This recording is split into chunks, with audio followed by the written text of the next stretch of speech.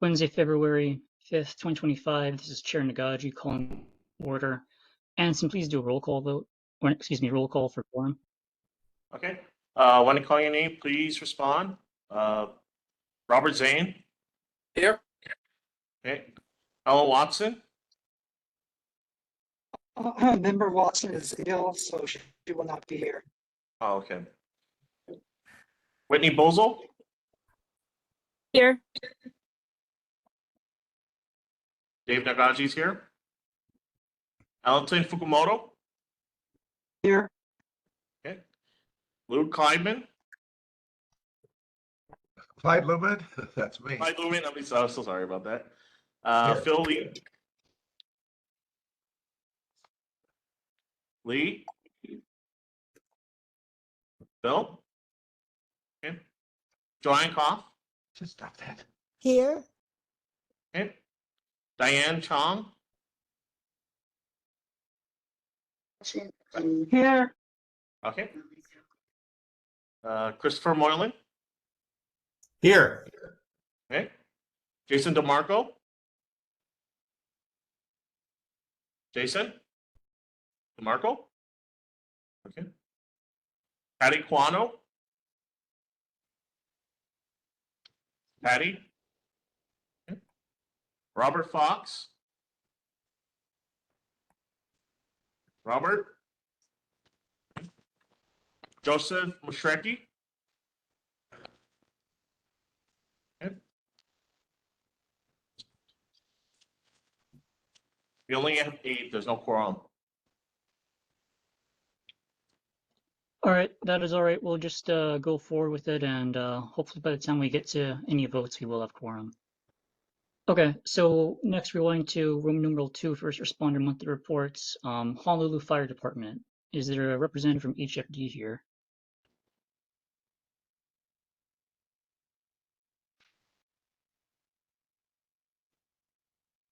Oh, yes. Can you hear me? Yep. Yes, we can hear you. Please go ahead. Oh, okay. Hi, my name's Firefighter Fernandez. I'm from the Mānoa station with the Honolulu Fire Department. So the statistics that we have for February are, here we go. So for fires, we had 0 structure fires, 0 wildland fires, 0 nuisance, 0 cooking fires. We had 4 activated alarms. We had 50 medicals. Oh, I'm so sorry. We had 0 motor vehicle collisions with pedestrians, 3 motor vehicle crash collisions, 1 mountain rescue, 0 ocean rescue, 6 hazardous material. 0 hazardous material incidences. And our fire safety tip for February focuses on power outage preparedness. So here are a few ways you and your family can prepare for a power outage. Prepare your supplies. Ensure your flashlights, radios contain batteries that are charged. Don't forget to charge your extra batteries. Prepare your family. Check in with your family members if anyone relies on medical devices requiring power. Ensure your plan ahead of time. Prepare your food, water. Set your fridge and freezer to the coldest setting. Keep them closed as much as possible during an outage. Fill up water containers for drinking and other needs. Protect your electronics. Unplug necessary electronics to prevent damage from power surges. Never touch down power lines. Always assume lines that are energized and dangerous. For more safety tips, visit honolulu.gov/DEM. To learn more about power outages at hawaiianelectric.com/storm center. Do you have any questions or concerns? All right, any questions or comments from board members? If so, please raise your hand. Community members? Going once, going twice? Okay, thank you for the report. We'll see you again next month. Thank you. Yeah, moving next to HPD, Lieutenant Nakamura, please go ahead. Hi, Aloha, Lieutenant Taro Nakamura with the Police Department. I hope my computer's working. This is a new one, so hope you guys are hearing me and seeing me. These are stats for January as compared to the previous month. Motor vehicle thefts were 11 as compared to 8. Burglaries were 3 as compared to 4. Thefts in general, 14 as compared to 10. And UEMVs which is theft from autos. That was 3 as compared to 9. This is out of total calls of service of 6,079 for the district. Further statistical information can be found at HPD's website, which is honolulupd.org. And our safety tip for the month is just a review. We just had heavy rains, which definitely impacted the east side of Honolulu more. Well, it impacted the whole state, but we got hit bad with it. So just remember the difference between a watch and a warning. The warning is the one that it's whatever is occurring right here, right now. And the fact that now they currently advise trying to have a 14-day, not a 7-day, but a 14-day disaster supply kit. And just like the HFD mentioned, you can find further information about emergency management at honolulu.gov/DEM. And that's our safety tip for the month. All right, thank you, Lieutenant. Do we have any board members, any community members who have a question or comment for HPD? If so, please raise your hand. Robert Fox, please go ahead. Just to follow up, is there any progress on getting a stop sign at the corner of Seaview and Vancouver? I'm sorry, what was the question? Do we have an update on putting a stop sign on the corner of Seaview and Vancouver? We've had several accidents there, some of them quite violent, and one side of the street has a stop sign, and the other side does not have a stop sign. I've just been following up on it. Okay, that's the how can I explain it? We don't control where is it talking about replacing a stop sign or putting a new one up? Putting a new one up. There's never been one. No. Yeah. Okay. So we don't. The Honolulu Police Department doesn't control that. There's different ways to go through it. You can send something through the neighborhood board to, I believe it's the city and county roads. They'll do a traffic study and they'll see how much traffic there is, and to see whether there's a need for that. And then I believe that's how it's budgeted. But the Honolulu Police Department, we don't actually make the decision where stop signs or stop lights or roads and stuff are changed or does that make sense to you, sir? Uh-oh, man, I think I lost. No, thank you. I can't hear you. Yeah. Basically, I don't know if you heard my answer, but basically, that would go through the city and county roadways. But it's something that's definitely doable if you, as a neighborhood board, for example, think that one intersection is bad. Yeah, you can definitely. I think it's called a resolution. I'm not too sure on the legalese part of it, but and ask or go through the council member for that district, for Mānoa district. Thank you. All right, thank you, Robert Fox. Next we'll go to Member DeMarco. Member DeMarco, please go ahead. Thank you, Chair.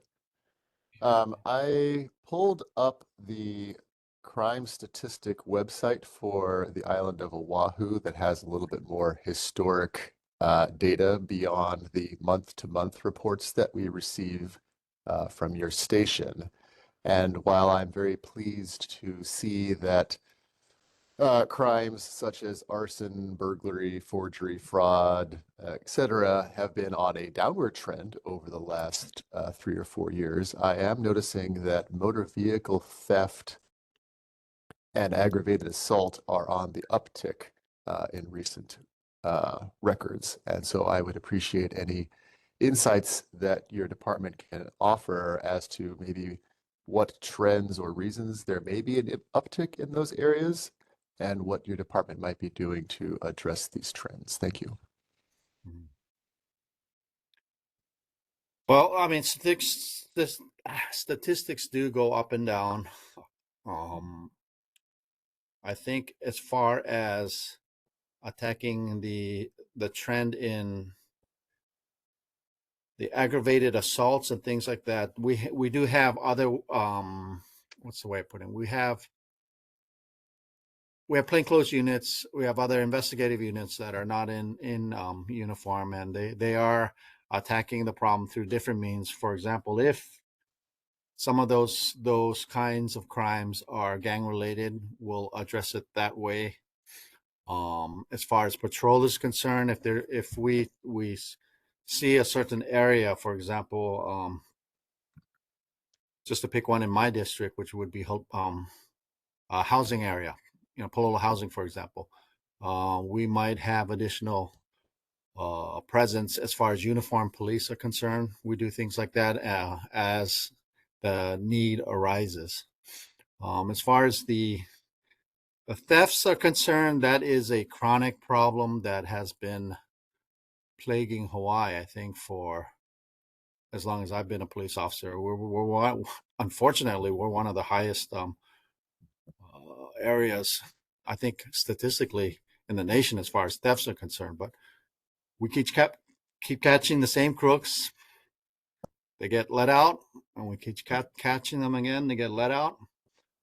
It's very, very, very frustrating for us.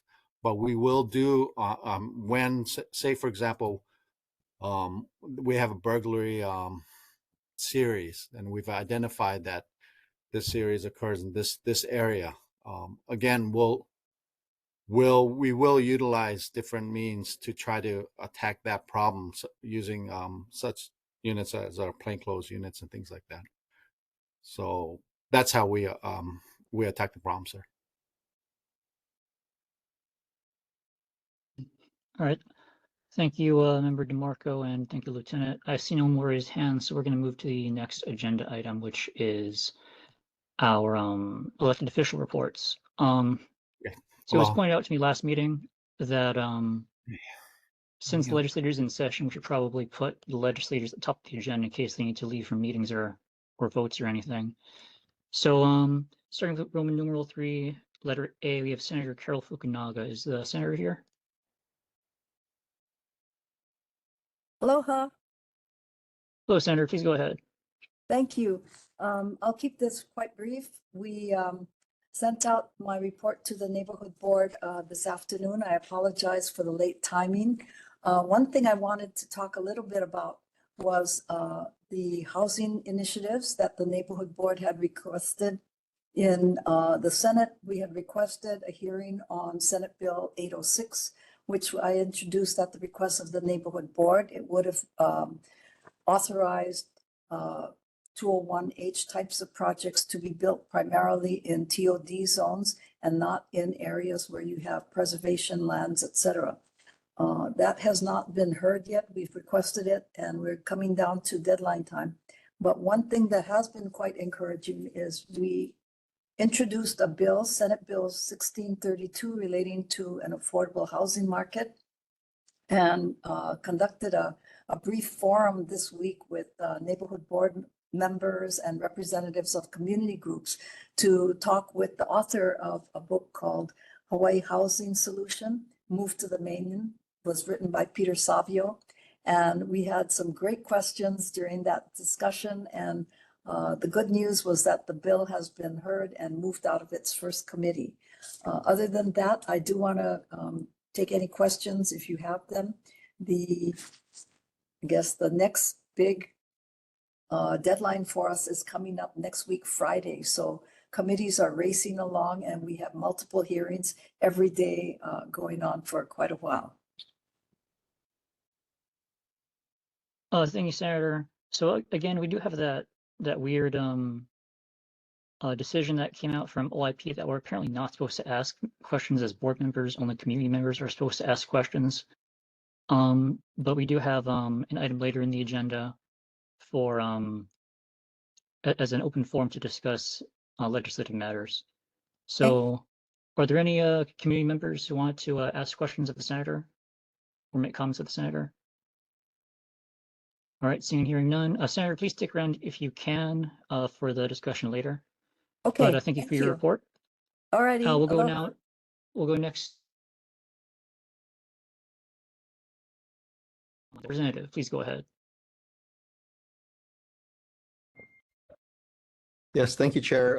Great to be on. I appreciate you putting us earlier in the agenda just to give us a little bit of flexibility with the legislative calendar. As I mentioned last month, I'm serving as the chair of the House Higher Education Committee.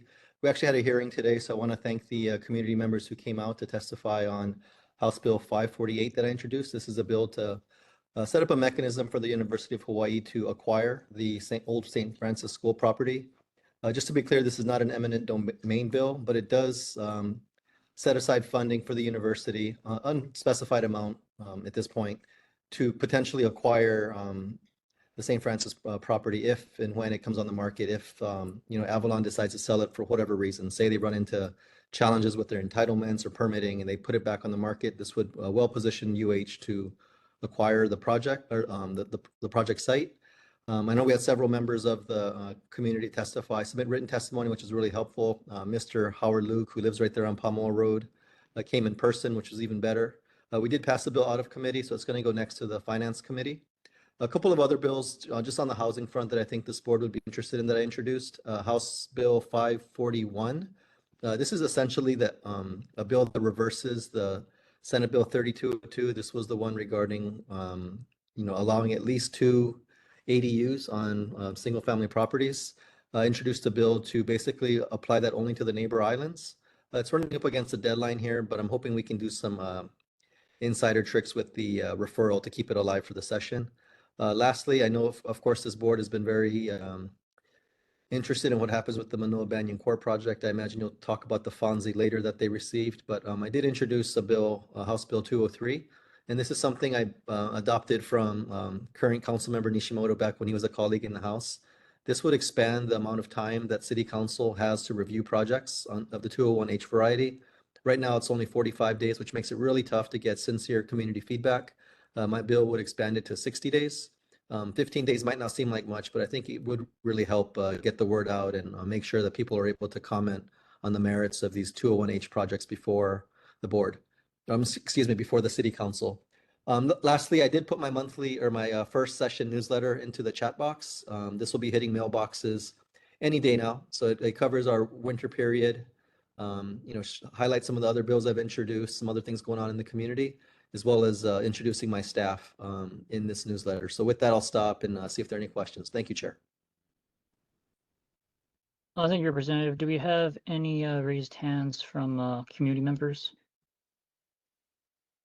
You see a raised hand from Elton, so Member Fukumoto, please go ahead. Yeah, this is not a substantive comment. I would just like the representative to tell me again, what was the number of the bill which revises HB 3202? What is the number of the bill? That bill? Yes, it's House Bill 541. 541. Thank you. You're welcome. Thanks for the question. Thank you, Member Fukumoto. I see Vanessa. Vanessa, please go ahead. Aloha, Chair. I just have a couple of questions and comments for Representative Garrett. May I proceed? Yep, please go ahead. Hi, Representative Garrett. I wanted to thank you again. I was going to mention HB 541 and HB 203. Thank you so much for introducing those bills. I do want to also bring up 2 other housing related bills that I hope you will vote no on. One is HB 416, which would exempt state projects from requiring county approval. And the other one is HB 527, which would limit the county's ability to request any changes on projects, especially if they result in an increased cost. Both of those 2 bills are up for a hearing on Friday, February 7th at 9 a.m. So if there are any board members or community members that would like to give input on those 2 housing bills that also relate to HHFDC, please get your testimony in by tomorrow morning before 9 a.m. And then I have one other question. My question is related to HB 188, the CIP bill that you introduced. I think you have a lot of good things listed there. I just have a question about how you do the cost estimating process, because I noticed that in section 1, item 5, you have Okay. for design and planning of a new central administration building, and then 1,500 stall parking structure. And I noticed that the cost seems ridiculously high. It's about $9 million in total just for plan and designs, not even the construction. So I'm wondering how you come up with those figures. Thank Yeah, you. thanks. Nope, that's a great question. Thank you, Vanessa. And thank you for flagging those two bills, House Bill 416 and House Bill 527. I'll definitely put it on the radar. I don't serve on the Housing Committee, but I still will have a vote on the floor. So thank you for, again, mentioning those. In terms of how we come up with the amounts, so you'll notice in that bill, House Bill 188, the district CIP bill, there's projects for every elementary school in our district. The DOE and the University of Hawaii, they have a rule of thumb where they set aside 10% for planning and design, 10% of the total cost. So in this particular case, they're looking at potentially a $90 million project. This would try to alleviate the parking crunch on the university campus. I think a lot of us deal with students and faculty or others who park near our homes and walk to the university. The parking garage on lower campus, zone 20, is constantly full. If you're not in there by 8 o'clock, forget about it. You're not going to park there. So one of the things the university is contemplating doing is to put a new parking garage on the upper lot, kind of by where the Korean Studies building is. So this is the area, the big parking lot between the Korean Studies building and the Newman Center, which is part of the St. Francis property, just as a point of reference for people who are familiar with the campus layout. So the thinking there is if they build a 1,500 stall garage, what they would do is reserve that exclusively for school employees and faculty, which would open up the lower the lower garage strictly for students. So that should alleviate some pressures around the campus. Granted, this is just still very early in the stages. It's probably several years away. But one of the benefits too is it's not just a parking garage they're looking at building. It would also be centralizing or creating a new administration building. So right now there's a lot of different admin functions that are all over campus, could be in portable buildings or whatnot. So they want to consolidate it in one building and have the parking garage adjacent to it. What this would also do is allow a lot of the internal roads within the upper campus to be closed off to vehicular traffic, which would make it a more walkable area for students and neighbors who might want to just take a nice leisurely stroll through the campus. So that's kind of the formula. Just to get back to your original question, 10% typically is what goes to planning and design. And I know 90 million is what we're looking at for the garage. It seems like an exorbitant amount, but I was told that for planning purposes, you're looking at essentially $60,000 per parking stall. So if you do the math, that's how we came up with the 90 million. So thank you for the question. All right, thank you, Representative Garrett, for the report and for answering the questions. Please stick around if you're able, and we're going to move forward. Okay, thank you, Chair. Thank you, members. We next go to UH at Manoa updates from Elmer Kai. Is Elmer here? Oh, there he is. Elmer, please go ahead. Hello, Chair. Hello, members. Happy New Year, by the way. I missed you guys last month. I provided an update for the members. Let me kind of give you an update of all the projects, at least for the community's update. The Sinclair Library itself, it's the construction of a new Students Success Center. It's located at the former Sinclair Library. It's targeted to be completed in December 2025. And it's supposed to be a hub for the students. It will have counseling, support services, as well as study spaces and so on. The other one is the former PBS lot. As you can tell, it's enclosed now. They are about to it's emptying up and gutting the building. Demolition should have began already. But it's now targeted for March 2025. And hopefully the overall project of leveling that place will be June 2025. College of Education, the new site and the old one. Right now, the current site is still active. It's will function. If you have been on campus, they started to kind of block off where the new site of the new College of Education will be. It's on McCarthy Mall. as part of McCarthy Mall, they're also going to do some improving that area, because it is quite old. If you walk through it, it's a lot of cement. It's kind of cracking because of the trees and so on. We also have the new lot, the NOAA site, which is going to be our graduate students faculty housing. In that particular building, we also moved the children's center that is located right next to the PBS lot. But Chair, I will leave it up for questions for the community. All right, any questions or comments for Elmer? If so, please raise your hand. And I'm not seeing any, so thank you, Elmer, for coming in for the report, and we're going to move forward. Lacey Goshi, representative for the governor. Is Lacey Goshi here, or some other rep for the governor? Hi, everyone. Yes, I'm here. So just a quick update. Governor Green delivered his third State of the State address last month and reaffirmed the administration's commitment to key priorities, including making Hawaii more affordable, addressing homelessness, reducing the cost of living, improving healthcare, and tackling climate change. For more updates, I will include the link to the latest newsletter in the chat, and I will also stick around for the duration of the meeting. All right, thank you, Lacey. And I don't see any raised hands, so we're going to move forward again to Congressman Ed Case's representative. Does the congressman have a representative tonight? Going once, going twice.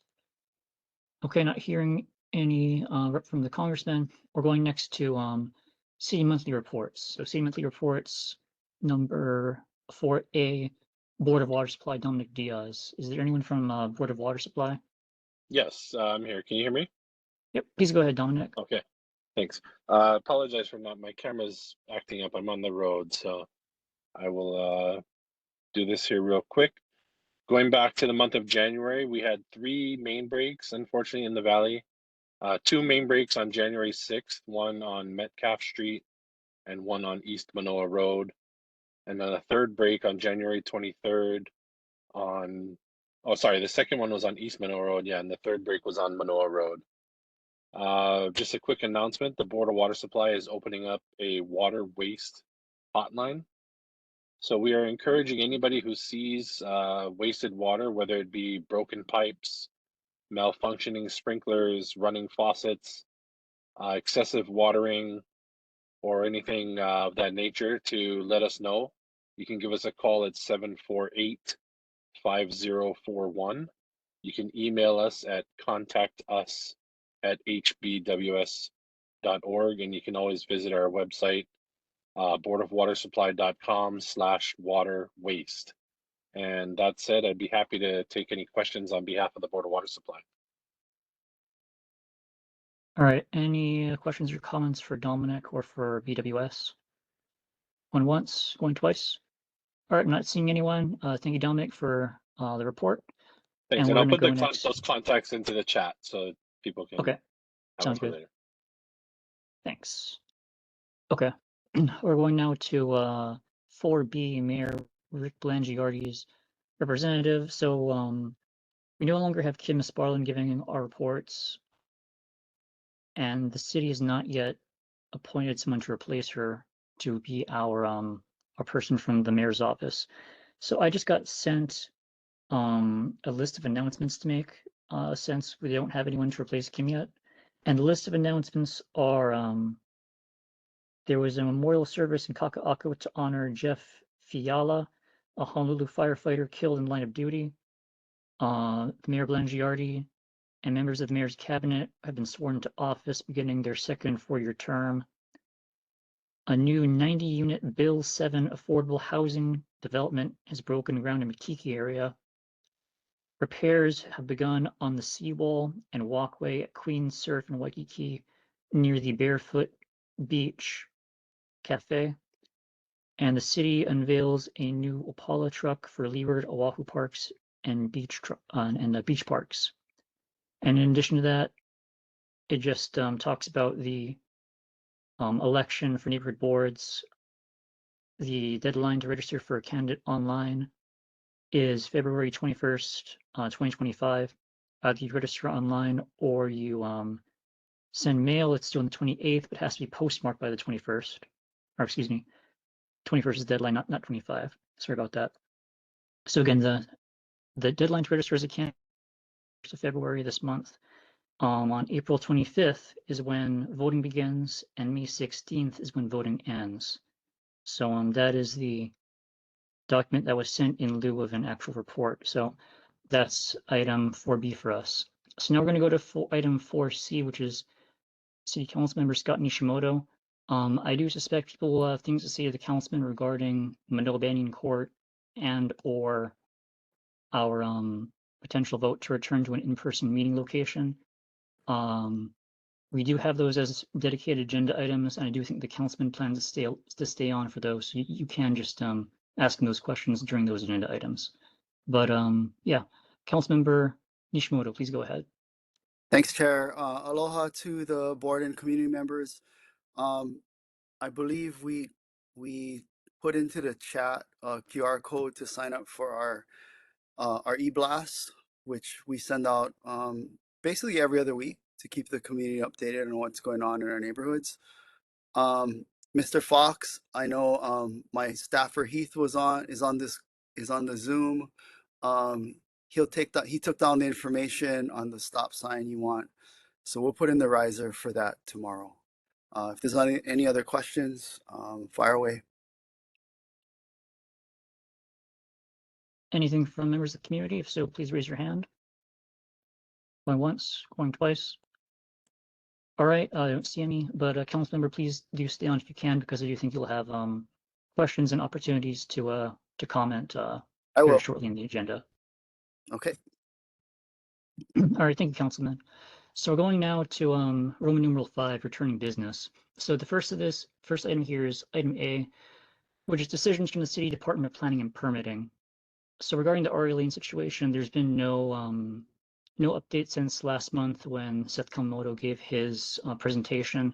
We're still expecting a decision from DPP regarding Ari Lane at the St. Francis location late this month. So we'll probably hear about it in the early March meeting. In terms of the Manoa Banyan Court, the agenda does note that we were anticipating another update from DPP by the end of January, and it's my understanding that we do have a update from DPP. So at this time, I'm going to turn it over to Vice Chair Bosel if she would like to give a report on the topic. Thanks, Chair. So in case people hadn't heard, DPP issued a finding of no significant impact. So the project can go forward without doing a full EIS. So yeah, that's really just sort of where it's at in the process. If people want to dispute that finding, they have within 30 days from when it gets published. It should be published on the 8th in the environmental review, which is like the state clearinghouse of all the projects. And so that'll get published on the 8th, and then there's 30 days if people want to legally appeal through the environmental court.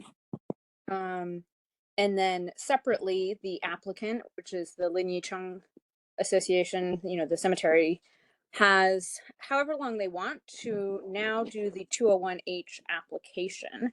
And the application is a bit more in-depth. You can find it online on DPP's website if you wish to take a look at what is required for that. But they now have, as long as they want to prepare that application, they submit that back to DPP. DPP has 10 days after receipt of that to determine whether the application packet is complete, kind of same as the DEA, where the first round is just saying whether everything that was required in the application is indeed there. If they say that it's complete, then they have I think 90 days to review it. There was an email that I sent. Dave, do you have that? I sent you. Yeah, it's 90 days. Oh, thank you.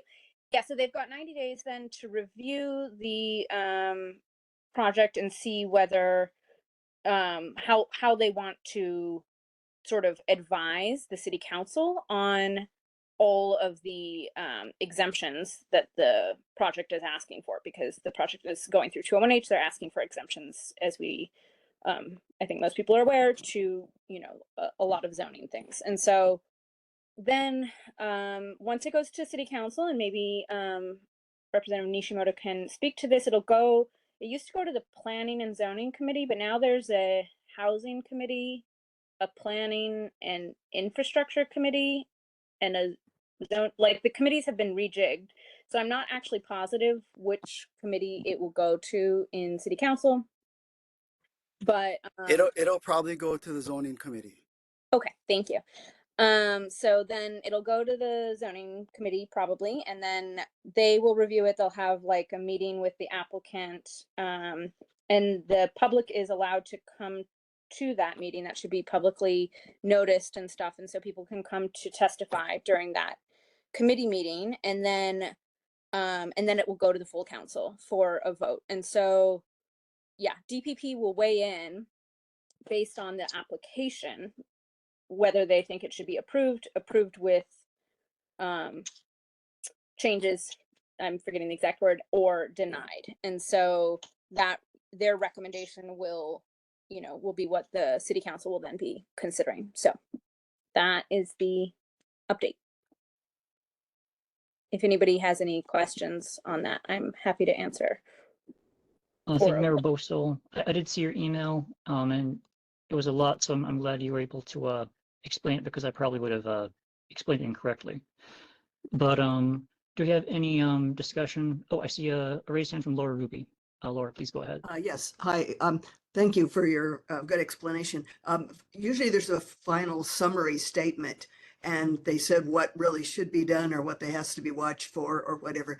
Could you, in a quick sentence or two, suggest what it is? They must do X, Y, or Z because they've been given this FONSI.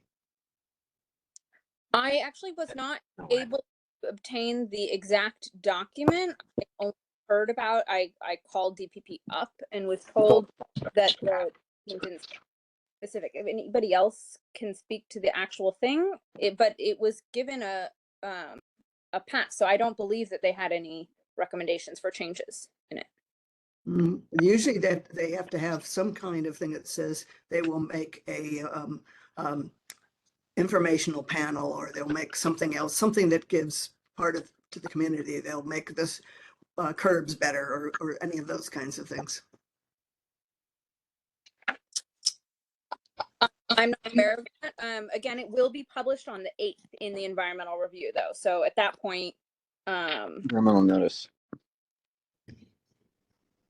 You should be able to see it then. Right. Okay. Thank you. All right, thank you. Do we have any other comments from community members or board members regarding the Mānoa Banning Court situation, or for that matter, the Ari Lane situation? I'm not seeing any raised hands. I'll just quickly note, because I received an email from Lee and Martin, a limited liability law partnership, earlier today. It was apparently only sent to me. It wasn't sent to any of the other board members. And it was just letting us know about the FONSI, which was just covered. And also making it official that Lee and Martin, the law firm, is now the official firm that's serving as an agent for Ling Yicheng Properties for the Mānoa Banning Court project. So that notice was sent to me. I know that given that there's, oh, go ahead. Yeah, I believe that happened maybe before the DEA was submitted, and maybe Councilmember Nishimoto can speak to this. I believe that Mr. Martin used to be on the council. Is that correct? I have not talked to anybody from their side yet. Okay. So. I guess the one other thing that I would note in relation to all of this is the bill, and now I'm forgetting the number of it off the top of my head, but I'm sure some of our representatives might be able to tell me the fact that this is going to go up in front of City Council to weigh in on whether or not it should be approved is essentially up for debate right now in the House and Senate. There's a bill that's looking to take away county approval process for 201H projects. And so if people feel strongly that they want to be able to have it go through approval and have that additional layer of community input, you should go and weigh in on those bills that are trying to take away your voice from that process. You should also weigh in on Rep. Garrett's bill that's giving us more time too. Yes. That's huge. Both of them, yeah. So. All right. Thank you, Member Bolson. Thank you, Councilman. I will note that since they've found a FONSI, I believe that DEP has done the exact thing that our board asked them not to do 2 years ago in the resolution we passed at that time. So I'm not sure if there are board members who are interested in writing a new resolution now that we've apparently advanced in the approval process. If that is the case, please let me know and I'll put it up on the agenda. Okay.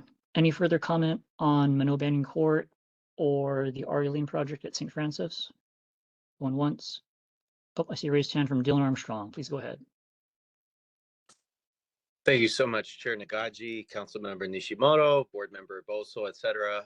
Everyone in the audience, hope you're all doing well. I would say that since the board has spent a lot of time on these issues over the past few years, you can go either way on resolutions. You can do resolutions iteratively, pardon the emoji, but you don't have to feel obligated, to do a resolution every single time something comes up. To a certain extent, you can recycle them. But I think the important thing is to have a sense of what has the board discussed. So the boards as a whole tend to focus on who said what, who took what stance, but it's very useful to know how many hours cumulatively have you spent on these issues. You know that there's been broad community criticism and opposition to aspects of the project in part or in whole. You can say those concerns through a chair from you letter every time DPP has a meeting, every time there's any sort of hearing, zoning committee of the city council, etc. And the more that the board authorizes you to do that beforehand, the better off you're served. But as long as the board is comfortable with what you're doing, you, between the meetings, Chair, are the board's authorized representative. So if the board has consensus, which I'm not saying it is, feel free to represent in person or in writing, assuming that you do have that board consensus. I am not taking a stance on Mānoa Banning Court in this meeting. I'm not telling anyone what to do, but I'm trying to clarify that this is your meeting. I appreciate our council member being here. He doesn't have to be here. And I think that's another misconception. It's your meeting as a board. It's your meeting to do with what you want. You don't have to keep beating the same drum over and over again. You can say, what are we going to do between meetings so that we increase our communication with the city council, with the mayor, with managing director Mike Formby, etc. Most boards are content to be very lazy. I'm being critical just for the sake of argument. I love all of you. I hope you all love me, but that's fine. Point is, you got to be proactive with what your powers as a board are. So people make it like, what did this freaking guy over here do? What is this Chair Nagaji doing? But that's not the point. What is the point of the board? What can you do? How can you get the board's representative capacity out there in the community, effective communication, informed communication? It's not always just resolutions. I'm sorry if I belabored that. Thank you. All right. Thank you, Dylan. I remain open to there being a resolution if there are board members who wants to do a resolution, but I'll also look at the two resolutions on the topic we already passed, and I'll see the language we passed in those resolutions, and if it's broad enough that it's beyond just asking for a FONSI, then I can send testimony in hearings if we don't have a resolution. You say, hey, we didn't pass a specific resolution. Subsequent but past resolutions expressed criticism of this, this, and this. So this is what the board has said in the past. So I do appreciate that advice if we don't have a subsequent resolution on the topic. But anyway, Member Koch, please go ahead.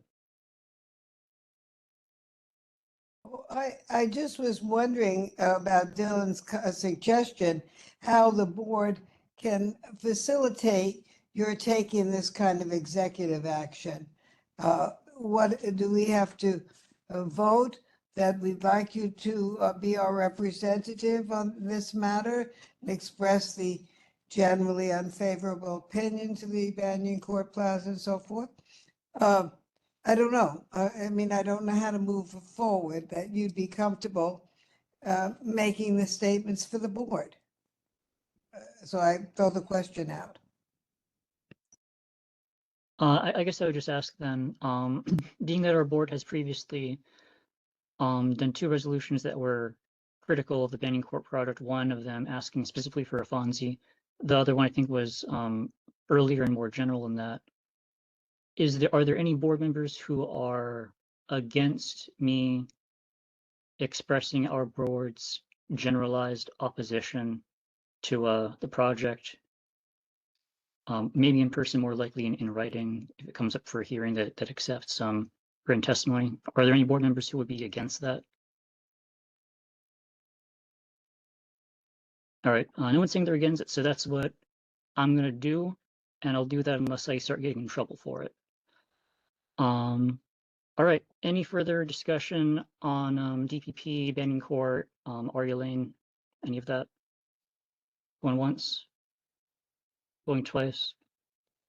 Okay, we're going forward now to 5B, all way flood mitigation. So this went up last month for the potential city ordinance establishing an all-Hawaii watershed special improvement district that Member Fukumoto wanted to talk about. Is there any update on that, Member Fukumoto, or no? Oh, there's nothing new. However, next month I may have something for you. So thank you very much, Chair. All right, thank you, Member Fukumoto. Oh, I see a raised hand from Laura Ruby. Please go ahead.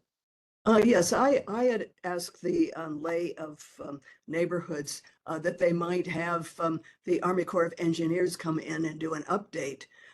We don't know where they stand. We haven't heard from them. We don't know what they're doing to all of our neighborhoods. I think it'd be really important to have everybody that's in the community on knowledgeable as to what's going on. So could you kindly put it on your agenda and ask them to come? I'd like to have DTS and Complete Streets come too, but that may be asking you for too much in the next meeting. Sure. So I think about a month ago, maybe a bit less, but you emailed me, and I think what I wrote back to you, Laura, was that I'm open to it, but I don't have the contact information for the Army Corps. So can you email me their contact info? I think I could go back. I know I got some emails. I think I'll go back and I'll see if I can't find them. Yeah. Okay. If you can get me their contact info, then I'll email the Army Corps. I'll ask them if they have updates. If they respond to me that they have nothing to say, no update, then I'm not going to put them on. But if I email them and they see that they do have stuff that they can say to us that's going to be new and substantive, then sure, I'd be open to putting that on the agenda. Okay, thank you. All right, any further discussion on all of flood mitigation or anything related to it? Going once, going twice. All right, we're going to our next item then. This is item Roman numeral 5C, motion to change time and location of monthly meetings. There's some information that I put on the agenda in terms of the areas we were considering. Since this agenda being filed, I've been talking to Councilman Nishimoto, Lawyer Yanonaka, who's the NCO secretary, and also Principal Gusman, who's in charge of Noelani. So there's some updates here. So first, I'll just go in the order that they're written on the agenda. Noelani School. So the agenda says it's contingent upon changing to adjournment time to 8:30 p.m.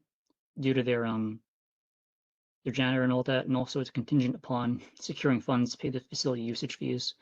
So in this, we have good news and bad news.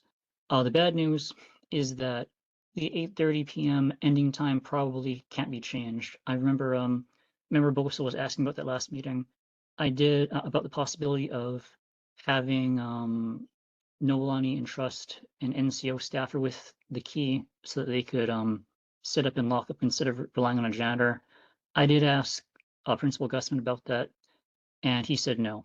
They don't want to give the key out to anyone. DOE wants to keep their own staff in charge of their facility keys, so the 8:30 meeting time isn't gonna get pushed back any later. It doesn't look like.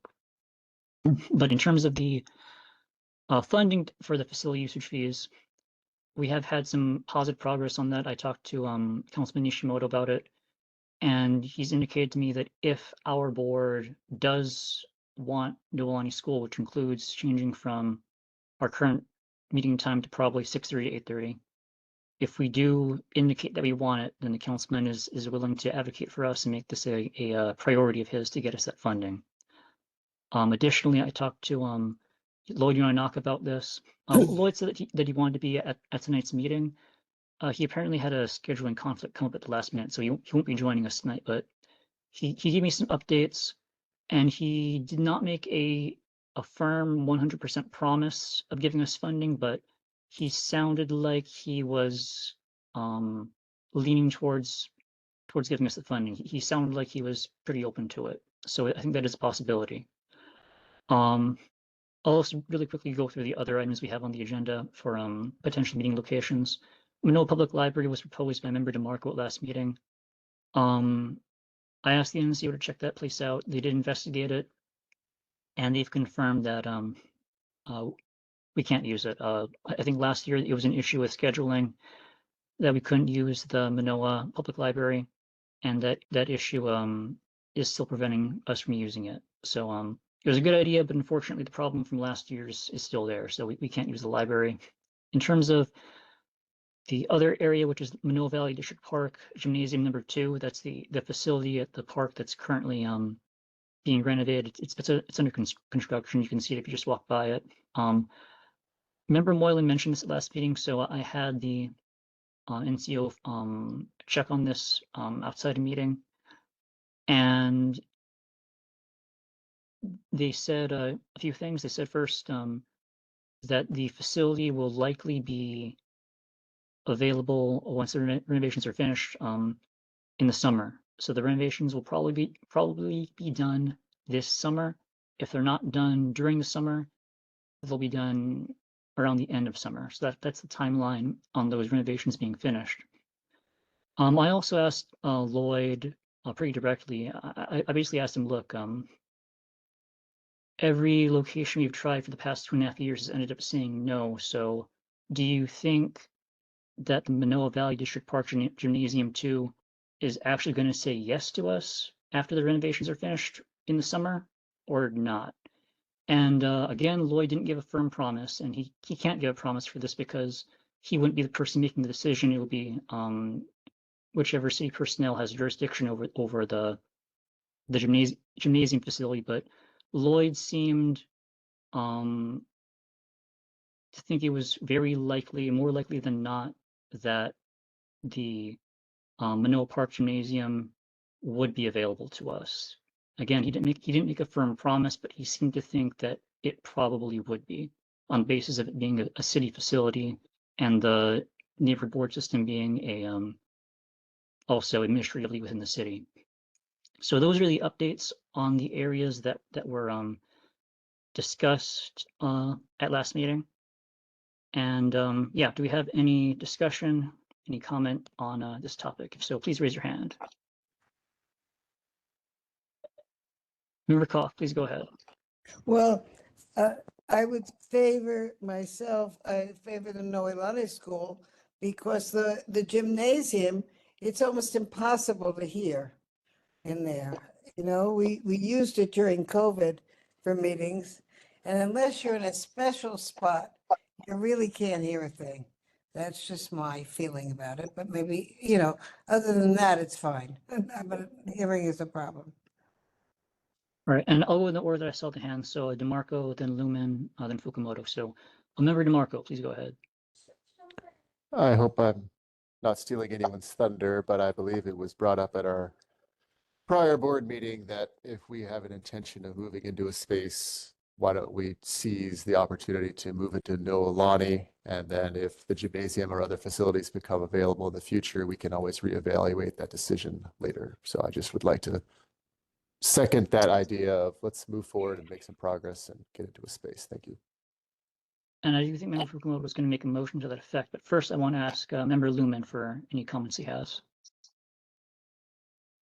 Okay, I'm just wondering if anyone has talked to MidPAC because they're a private school and might not, they might have more flexibility than the city schools. I did. It was 2 or 3 months ago. I did email MidPAC. They got back to me pretty quickly, and they said that they weren't willing to host us. So that's not an option, unfortunately. Okay, thanks. The other question I had is anybody in favor of 2 meetings a month? Neil Alani, so we could have people show up and we could take a break. We could have a total of 4 hours, possibly 6:30 to 8:30, and with a 15, 20-minute break. So community members could talk with members of the board. Is that a possibility? And Anson can answer that from the NCO, but it's my understanding that all the neighborhood boards are just once a month. I don't think that's something that really gets changed. So yeah, sorry, Member Lumen. I don't think that's possible. Okay. Thank you, Chair. Member Fukumoto, do you have a motion for us? Yes, I do have a motion. It's people can amend this because there might be provisions that you want to add, but this is my written language.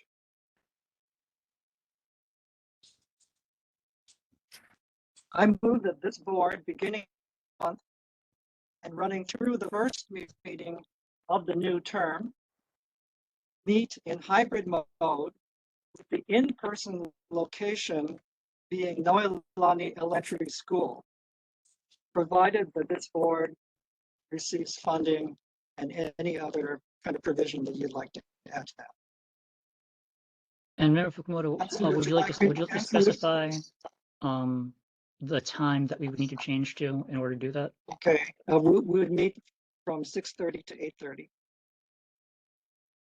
All right, so the motion that's been made is contingent upon us receiving funding and all the paperwork getting approved and all that.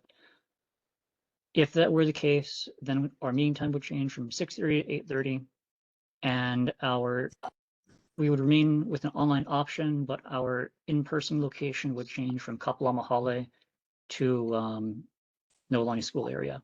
So do we have a second to that motion? I second it. That was Robert Fox. So motion was made by Member Fukumoto, seconded by Member Fox. All right. We're now discussing the motion. I see a raised hand from Member Moylan. So Member Moylan, please go ahead. Yes, the time restriction makes this a non-starter as far as I'm concerned. Not everyone in our community is a retiree that can come to meetings super early. There's lots of people who actually have jobs, and a meeting that runs later, like our current time, is much better for those people. I would rather stay 7 to 10 p.m. in our current location than go to some other place where we have to get out at 8:30 to satisfy a janitor. Once again, I think that's the tail wagging the dog, and I think the interests of all the citizens in the neighborhood should come in ahead of the convenience of the staff at this school. I'd rather wait till the summer and then try to use the district park, where the mayor had a town hall last year, and I don't remember having any trouble hearing anything that anyone said. It's a city facility. It's an obvious solution. I'd rather wait for that one and not have to end our meetings by 8:30. Thank you. All right, I'll again be going the order that I saw people. So we'll go to Member Fukumoto, then Zane, then Fox, then Bosel. Member Fukumoto, please go ahead. Yes, thank you. I recognize Member Moylan's point that some people really can't make the 6:30 time. If that's the case, then just vote against this proposal. Because right now, I think we only have 2 alternatives. One is meet at Noelani. The other is not having an in-person meeting until the next term. So we can't obligate the next board and tell them where to move. So we'll have to have this vote again at the first meeting of the next term. So this vote is only for the next 5 months. And so the question really is, do we meet at Noelani, or do we just keep it the same? And there's a lot of pressure. There are a lot of people who do want to meet in person. And so that's why I think we should vote for this particular this vote. Thank you.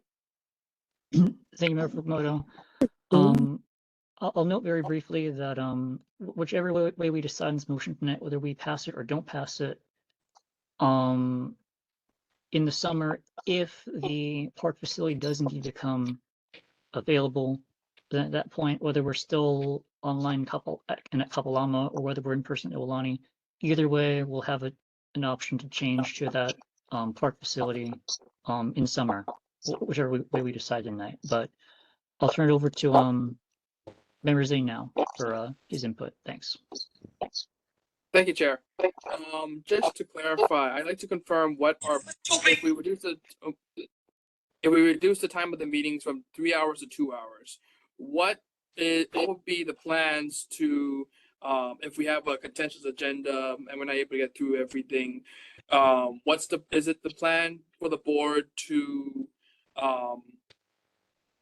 schedule a separate like a special meeting of the board later on that month to make up the agenda, or have another meeting, or just put everything to the next meeting? And then the other question is that Joan made a very good point about the acoustics in the gym of Manoa Valley, of the Manoa School, and I was wondering if the cafeteria on the side of Manoa would also be a potential location for us to have our neighborhood board meetings.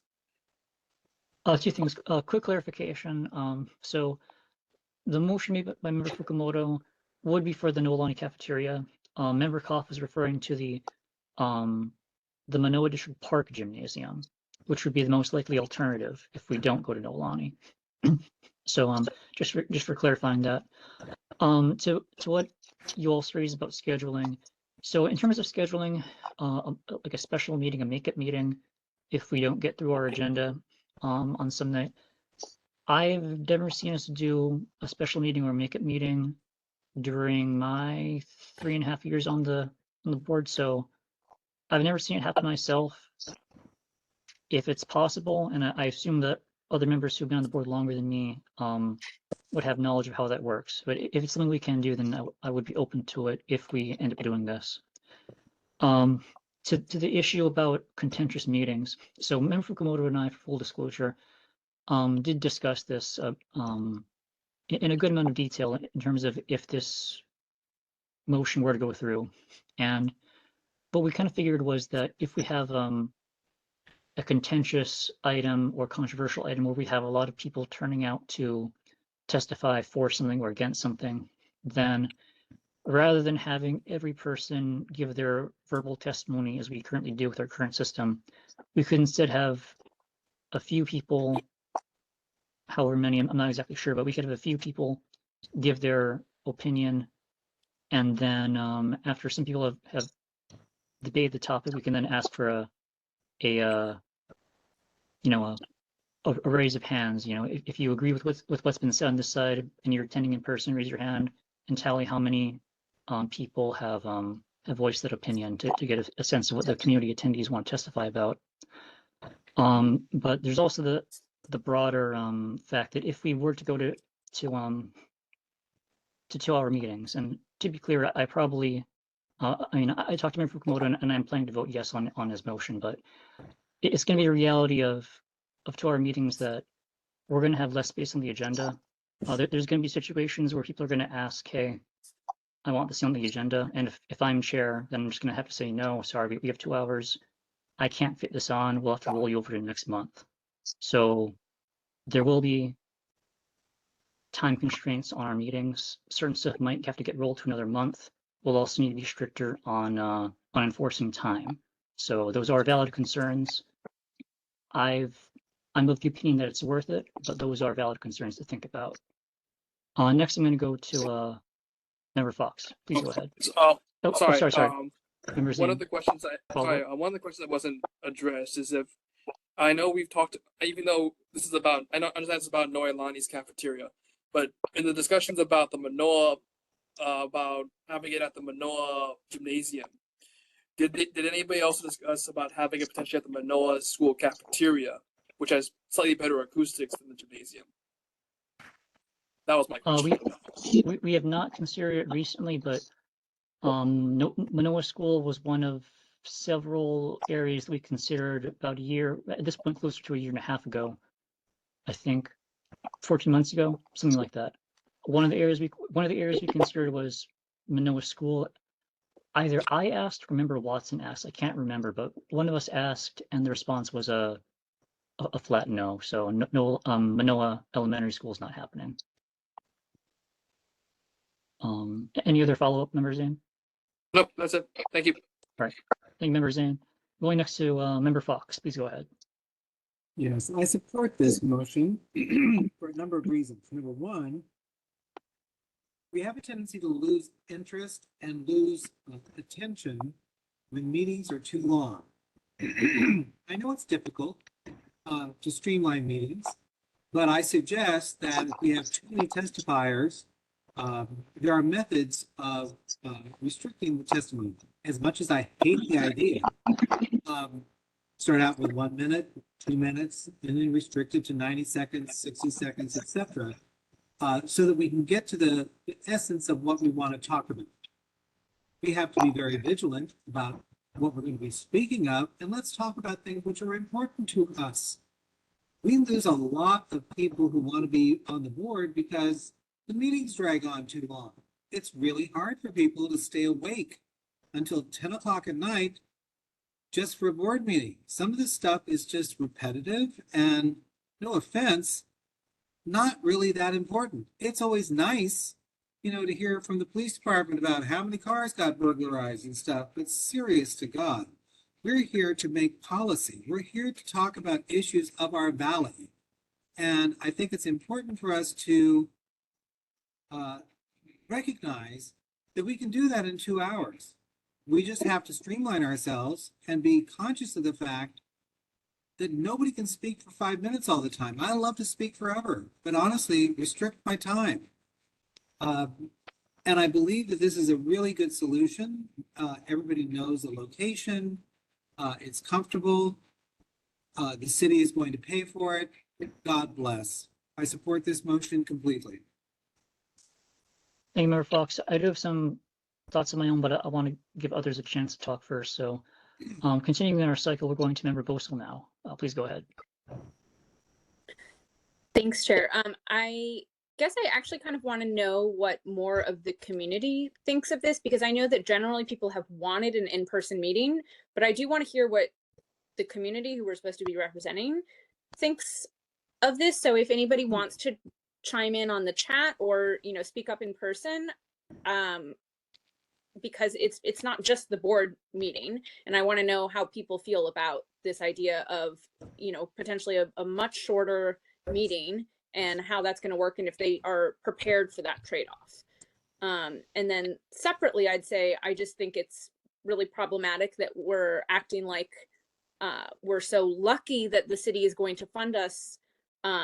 If I guess it's still up in the air on Noelani. I think this is a pretty problematic system if it's one pot of money, which I never got a response on the emails on this issue. But I happened to run into somebody on the neighborhood commission a couple of days ago, and he said, oh, it's one pot of money and it's up to the discretion of the NCO to give that out. I think it's shameful that we never got that a response in writing about that when I was asked to email in writing.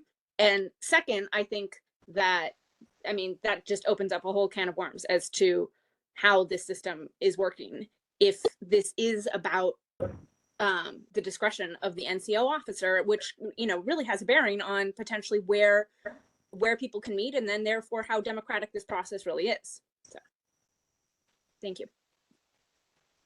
Thank you, Member Bosel. So I will take your suggestion, go to community members in just a minute if anyone raises their hand. But first, I'll call on Member Fukumoto, who I saw has had his hand up for a while. Member Fukumoto, please go ahead. Thank you, Chair. I'm back to the time limit.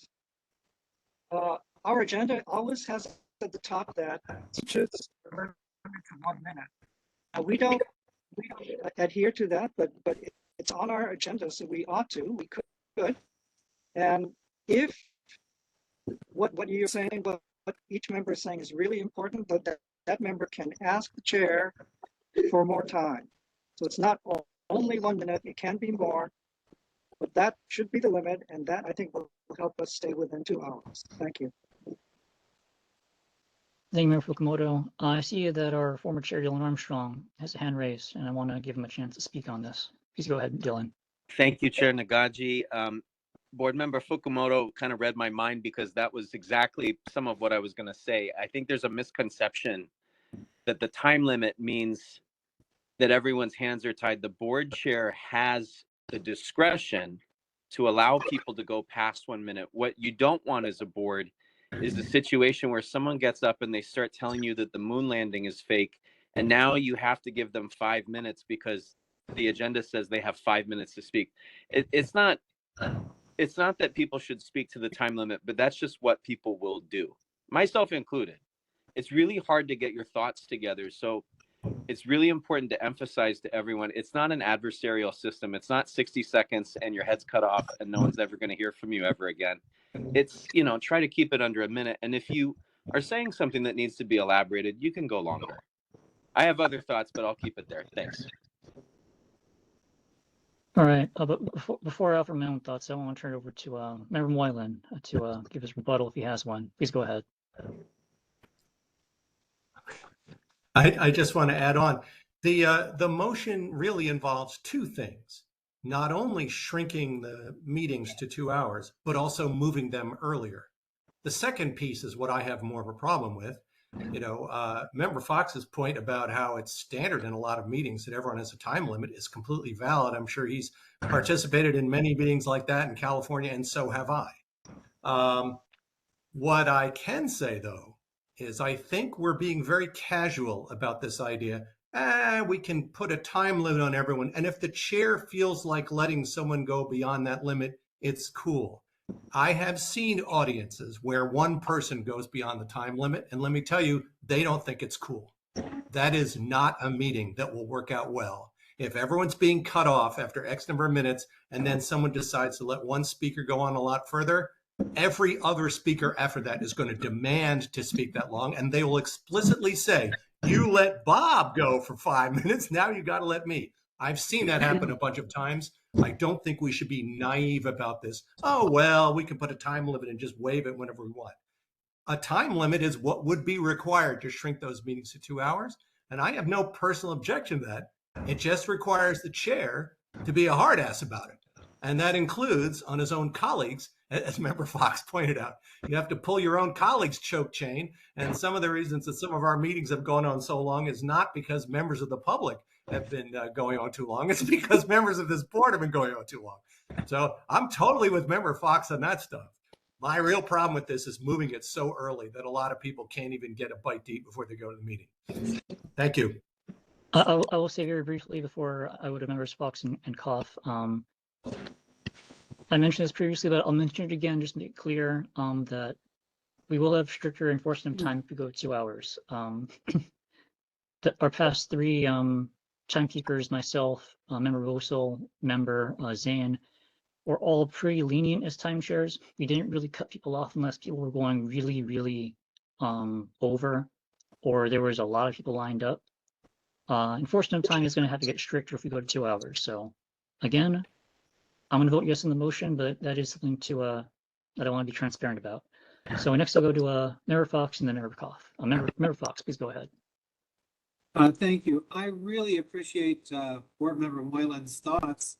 I want to address the start time. In California, of course, our council members have to be ready and going at 5 o'clock every Tuesday. Been there, done that for countless years. The fact is, we have a neighborhood board. I was chair of the Council of Neighborhood Organizations for the entire city of Long Beach for 10 years. And I can assure you that everybody works for a living. I get it. Very few people don't work for a living. I'm working still. And I'll tell you what, you just rearrange your schedule if you really want to participate in something. If you come a little bit later to a meeting, God bless you. But if there's something on the agenda which you've gotten beforehand, you're going to somehow arrange maybe not to have that big supper at 5 o'clock, but have a small snack and then participate. I don't think that 6:30 is a big issue for most people. We usually get out of work. In fact, the streets are crowded by 4:30 trying to get out of Dodge to wherever the hell they're going. So I think 6:30 is a really gracious period of time. Me having been in city council for 1,000 years at 5 o'clock, this just seems like it's an okay thing. We can work around it. And again, I believe having the strength of will of the chair to restrict time, not at the first look, it doesn't matter what the first person says. 5 minutes, I'll give you 5 minutes. But if you've got 12 people lined up in a row, you immediately say, you know what, we have too many people, let's limit this to 2 minutes. And then when it gets down to like, okay, we have too many people, let's go make it 1 minute. I have practiced this for 35 years, limiting my speech to get the point across. If you are limited in what time you've got, you get your point done quick instead of a lot of fluff. End of story. Thanks so much. Appreciate it. I saw a hand from Member Koff. It's gone down, but Member Koff, did you want to speak on this? I was just going to remind you that we always had a timekeeper that would help the chair do this work of you know, it was a two-person job. And I think that going forward to have a shorter meeting, you just have to have a more active timekeeper. That's instructed by the chair, perhaps, or whatever they decide together. Okay. Thank you, Member Koff. Very briefly, there were a couple of points that have been raised that I don't think have been really addressed, so I want to try to address them. One was from Member Boesel regarding what members of the community feel about this, and we don't really have any. I think our only non-board member who's weighed in so far has been Dylan Armstrong, who was a former board member and former chair. So we haven't had any hard non-board members weigh in during this conversation. But I can say that there's one in the chat. Oh, there is? Sorry, I didn't see them. I asked for voice or chat since some folks don't speak up. Yeah. So or we've had the Vanessa weighed in favor of Noelani. 2-hour meeting should be sufficient. Okay, thanks, Harry. I don't keep very good track of the chat. But so it's been my experience for the past couple of years that pretty frequently when I go to like the Christmas parade in Manoa, when I go to a lot of events in Manoa where people there know what the neighborhood board is and have an opinion on it, more often than not, I have at least one person, when they find out that I'm part of the board, ask me, why aren't we in person yet? We should be in person. I've had 2 people call me. One of them I met once. One of them I didn't even know, but they just called me up out of the blue to tell me that they support us moving in person. And one of them was pretty recent. The other one was like a year ago. So a lot of people have expressed that to me. Other board members, I'm not sure if you've had the same experience, but from my perspective, from the conversation, I've talked to a lot of community members who really want to see us back in person, and I don't think I've talked to anyone who wants us to not go back in person. So that's been my experience, trying to talk on behalf of people who have expressed me but aren't here to voice it at this meeting. I also want to say briefly to Member Mullen's point about us moving to an earlier start time of 6:30. I'm sympathetic to that concern.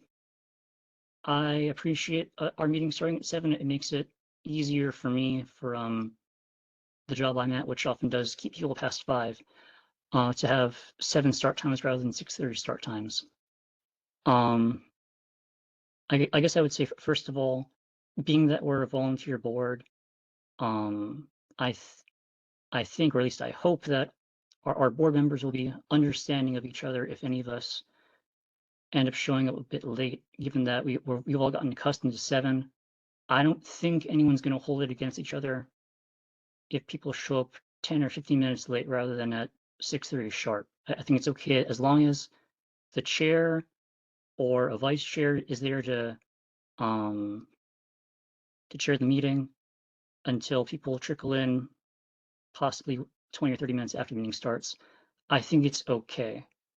And again, I don't think anyone is going to get punished for showing up 20 or 30 minutes late. And the last thing I think that I would say is that these terms, in my opinion, are not ideal. Searching for a place to return to in-person meetings for about 2.5 years, I think. And so far, every other place we've asked has been a flat no. This is our first conditional yes. Every place else has been a flat out no, we're not available, or we're not viable for whatever reason. So because of that, I think that this is not only the best deal we've gotten so far, it's the only deal we've gotten so far, and I'm inclined to vote yes on it. But well, I've gone on long enough. I'm going to call on Member Moylan and then Member Vosel. Member Moylan, please go ahead. I don't think my hand was up. Nope, it's up. Sorry. Guess that was a mistake. Member. Thank you, Chair. I just want to double check that there's no issue with quorum if some members are in person and some members are digital, like remote. Anson, is that there won't be any issues with quorum? As long as when I do the what's called the roll call, and at least you have your cameras on, it'll be okay when we do it. We just need 9 members, and I believe there's 10 right now currently online, but yep, okay. So, it'll be okay. We'll be able to start a meeting if some members are not present yet. No, yeah. We'll be able to start meetings. And then we'll. Okay, just making sure. Thank you. All right, I'll note very briefly that we've had people weighing in the chat. Glenn agrees with Vanessa, who spoken in favor of going to Noelani to our meetings. Janice Mitchell was talking about another point and not really weighing in for or against that. And there's someone named Dave. That's some Dave other than me. I'm not sure which Dave that is, but he's asking if we would keep other options open later, or if we'd be stuck with this. And we would keep other options open. We could keep it on the agenda, an agenda item to change location, so that if another better location opens up, then we can vote to change to it when it opens up. Yeah, I'll call on Member Quano, and then I'll call on Member Moylan again. Member Quano, please.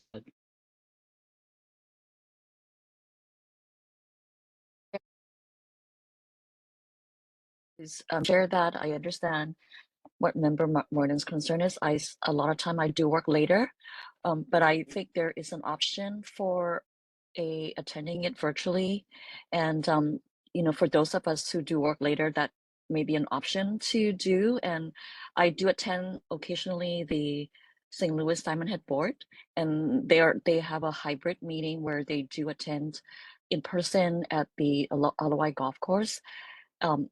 And I see that some members are there, and a lot of them are online. But when they do speak, they do have a rule that you have to show your camera, so they can see you speaking, especially when you're voting. So I feel that could be an option, so that at least we can do some type of in-person, which we haven't done for a long time, and it sounds like the community really want that. So I'm gonna vote for that. I mean, in fact, they start the meeting at 6 o'clock and they end at about 8, I believe. So, if we can start at 6, it can give us another half an hour. And the key to that will be really focus on our agenda. I know, as the board chair mentioned, we haven't been really strict about time, and we need to do a better job. Everybody want to get out of there, want to touch all of our agenda item, just focus on what you want to do and just speak and follow the time limit. I think we can do it. Thank you. Thank you, Member Guano. I still only one raised hand, which is Member Moylan, so I'm going to call Member Moylan, and then I'll ask if there's any other burning points people want to make. If not, then we're going to do a vote at that time. So, Member Moylan, please go ahead. And, feel free to pull my choke chain if I talk too long. Just to follow up on the question, is it okay if some members are there in person and others are online? That's exactly what has happened for every meeting I've been to since I joined. I'm usually sitting there with Anson, and then everyone else is online. So clearly that's not a problem. We actually do have a place to go in person if we want, admittedly an inconvenient one, although there is the McDonald's right up the street. I'm certainly hoping that should this meeting pass, and we all have to start going to the meeting earlier, and everyone has to live with the culture change of shutting each other down. I mean, Member Fox and I have lived with that ourselves for years, but I'm not sure everyone else is ready for it. But if they are, I have no problem with it.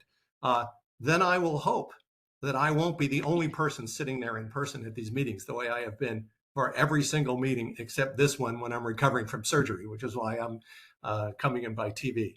The idea that, well, we'll make it really early, and if you can't come early, well, then you can do remotely. Well, that would sort of defeat the whole point of it, I think, which is for us to be there in person. And there are usually a few citizens there in person, even over on Dillingham. I think then we should, if we're going to push this through and change the whole time, we should make sure that we actually show up. And I will do my best as soon as I'm recovered to going back to showing up. Thank you. Thank you, Member Moylan. I'll definitely be showing up in person, but the remote option will remain in place for those who are not able to attend in person for whatever reason. Okay, do we have any final burning comments or thoughts or questions to raise before we do a vote? Okay, again, the motion is to change our in-person meeting location from Kapalama to Noelani, as well as change our meeting time from 6:30 to 8:30.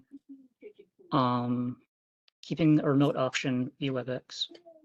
And all of this is contingent upon us getting the money and the paperwork going through and all that getting approved with the NCO and the city and everyone. So at this time, Anson, please do a roll call vote. Okay. When I call your name, please say yes, no, or abstain. Chair Zane. Aye. Bozo. Aye. Nagaji. Aye. Fukumoto. Okay. Clyde Blumen. Aye. Okay. Is Phil Lee here? Lee? Phil? Okay. Koff? Aye. Okay. Chong? Diane? Diane Chong? And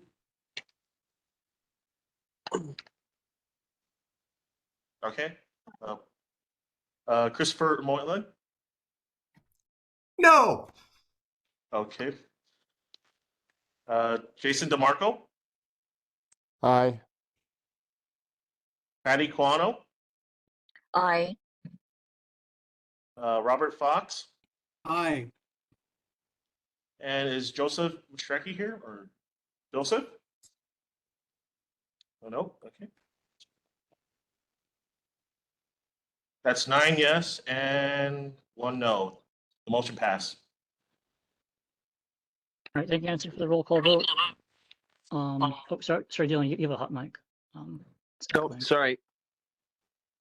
All right, thanks everyone for the roll call vote and for the discussion on that. I'll be following up with Councilman Nishimoto, Lloyd Yonaka at the NCO office, and also Principal Gusman. This time, again, the motion was contingent on everything getting approved. So at this time, we're still hybrid at Kapalama and WebEx. But once we do get that approval, everyone will get informed of the approval, and then it'll be changed to Noelani 6:30 to 8:30. So please stay posted on that. Hopefully we get this paperwork pushed through and we don't have any delays on this. Okay. All right, moving on to our next agenda item. we're now going out of returning business, Roman numeral 6, which is, we have a 6A, presentation on Korean language program for public schools, from Jessica Lee, who I've been told is a high school student who's trying to advocate to get more Korean language programs in public school system. So I saw her here, and at this time I'm going to turn it over to Jessica Lee to do a presentation for a minute or two. And then after her presentation, I'll put her resolution up, and then we can read through it. Jessica, if you're here, please go ahead.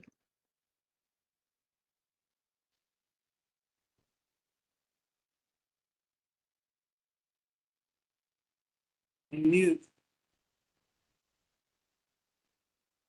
Jessica, unmute. And since she's having trouble unmuting, can you use your admin privileges to unmute her? Oh yeah, I sent a request to unmute, but she needs to accept it.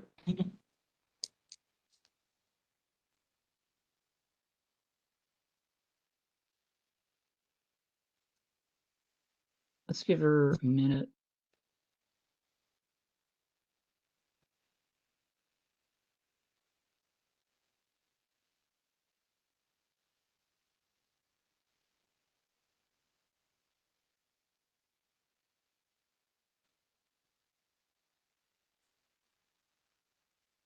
While they're sorting that out, I'm just gonna try to make efficient use of time and just really quickly ask if we have any anyone who wants to fill a vacancy for Subdistrict 4. We do have 3 vacancies for Subdistrict 4. Is there anyone who wants to put themselves forward to fill one of those seats? If so, please raise your hand. All right, no takers to fill Subdistrict 4. So we can cross that out, and it looks like they're still working on the tech issue. So while we're waiting on that, let's do item 6E, approval of the Wednesday, January 8th, 2025 meeting minutes. Do we have a motion to approve those minutes? So moved. Member Fox moves. Do we have a second? I second. Member All Bose. right, Member Fox moves and Member Bosel seconds to approve the January 8th, 2025 meeting minutes. Do we have any discussion or amendments on that? If so, please raise your hand. Okay, does anyone object to approving the January 8th, 2025 meeting minutes as they are? Does anyone object to the motion? Again, going once, going twice. All right, no objections. So that motion passes with general consent. We've approved our January 8th meeting minutes. Any progress on the tech stuff with Jessica?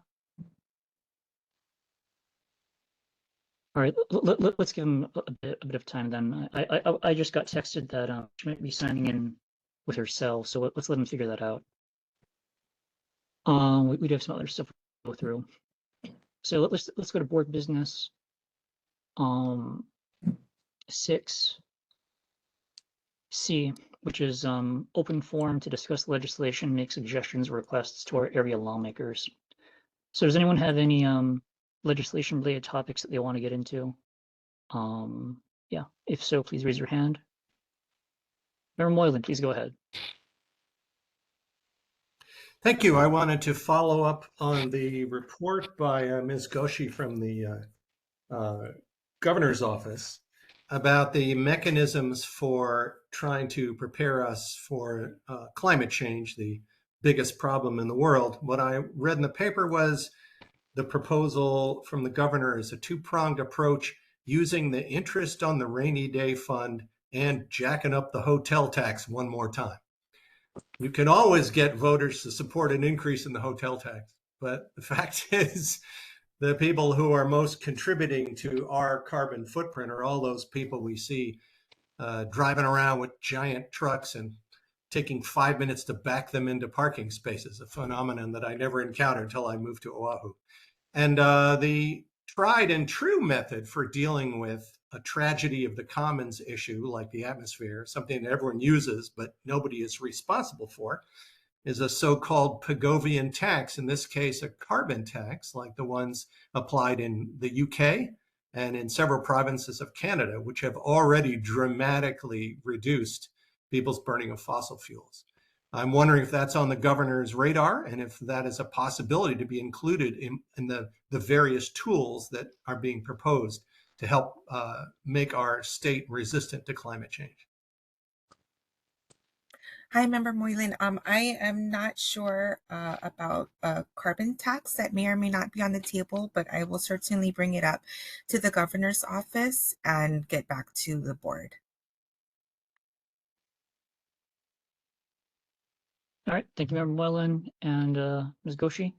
And I'll go in the order that I saw people. So Member DeMarco, and then we'll do Member Kawano and then Laura. Member DeMarco, please go ahead. Thank you, Chair. An item that I think I will direct to Council Member Nishimoto relates to my concern about road striping along University Avenue immediately in front of the University of Hawaii's campus. The striping has become extremely worn, and I find it difficult to determine where each of the lane assignments are as I traverse that segment of the roadway. So I request that DTS gets out there and restripes that portion of the road to improve public safety. Thank you. Thanks for the question. We actually put in a riser today about it. Awesome. You the man. Yeah. Thank you. And Chair, a quick second comment I think is directed to Senator Fukunaga and Representative Garrett relating to education. I received a letter from the Department of Education. I'm seeing the date, it's actually middle of last year, but this relates to firearms on campus. And while I am generally very supportive of avoiding firearms on campus and maintaining the safety of our students, I am, however, deeply concerned with one of the last provisions of this letter I received, which is that the penalization of students for bringing, quote, firearms on campus can also include much more benign items such as Nerf guns, water guns, super soakers, and the like. I think this is a gross over application of the principle to childhood fun and recreational items. Yes, nobody necessarily wants to get shot with a rubber band gun or a super soaker, but it's hardly meriting to be suspended from school for the rest of the year of learning because my 5-year-old who doesn't know any better brought something with them in their backpack. So I request that the Department of Education amend this provision to have a, I would say, common sense application of the principle about firearms. Thank you very much. Thank you, Member DeMarco. So again, going in the order that I think I saw people in. Member Kawano, please go ahead. Thank you, Chair. My question is for Senator Fukunaga. I think she's still here, or maybe Representative Garrett. Relates to 201HC. I know there is a resolution for extending the review time from the response time from 30 days to 45 days. And I wanted to see if this relates to where if it's automatically got approved if there's no action by the council. I was a little confused. I wasn't sure if this is the same thing. If you can address that, please. I can address the question about the proposal to reduce the time frame from 45 days to 30 days. That measure was introduced by Senator Elefante, and he had told me that in his community, this was some of the feedback that he had gotten. I had also introduced Senate Bill 807, which would extend the time from 45 days to 90 days. However, in the Senate, our housing committee is kind of moving full speed ahead. So we have not been able to get hearings on 806 or 807. However, we are talking with other senators. And, for anyone who has read the Peter Savio book and talked with, other advocates, I believe there is room for us to approach 201H types of developments in a manner that's respectful of older communities. And I think that's what, his overall approach would allow us to do, as well as build additional housing for affordable use. So, I think we're working as many different angles as we can, but we had legislation in the Senate that was going in two opposite directions, one to make it shorter, one to make it longer. Thank you. Okay, thanks for the update. That relates to when we're testifying in the city council for development. Basically, we understand how it works, right? The developer likes to push through any plan December, knowing a lot of the board have taken a month off for vacation, and also the council as well. So the next meeting becomes January, and the clock's not running. So by the time we find out about it, there's almost impossible. There's no time for the community to react to any feedback or inputs, which is why I would like for, and when I discussed that with them back then, this is council member say expressed that it was required by 201H by the state, so there's nothing the city council can do. So I'm just like to bring up that, saying it's a state's fault or state have to do something, which is why I'm bringing it to your attention, that knowing what the developer likes to do, they typically like to do something in December. So everybody's vacation, holiday, nobody does anything. By the time the clock's not running, January, there's like literally nothing we could do. So which is why I'm requesting to have it to 90 days. That's what my request is. It's not to delay it, it's just to give everybody time to digest it, to read it, to react, to get feedback. I agree with you, and I certainly, appreciate communities who are willing to comment and testify on these projects. I think the problem has arisen in the last 4 or more years since the environmental impact statement rules were changed. In the past, 201H projects all had to conduct an environmental assessment automatically. After the rule was changed to eliminate that as a mandatory requirement, a lot of affordable housing advocates started to pursue 201H housing developments. I think partly because of the short review timeframe. So, I agreed that we have to adjust the 201H statute at the state level. However, most of the use is occurring at the county level, where they go before the council, rather than going before HHFDC. Okay, great. We just wanted to put in the record that not all of us are objecting to affordable houses and the supply. We just wanted to make sure the community have time to provide feedback, and I think that's fair. And adding another month to the permitting is not going to kill the project. I mean, the project going to take years, so just doing that to me is not the right way to do. But thank you for listening, and I hope you will speak up for us. Thank you. Thank you. Thank you, Member Kawano. So we're just going to call on Laura Ruby and then Fukumoto, and then I've been texted that Jessica is prepared to go forward, so we'll get back to her shortly. But Laura Ruby, please go ahead. Yes. I as of today, Senator Fukunaga, I don't know if the representatives here or not. Could you fill me in on the update on the marijuana law or laws as they're being drafted and going through the legislative branches? I believe the marijuana legislation is pending in the House. I believe, the news reports had 2 bills that passed their first committees in the House.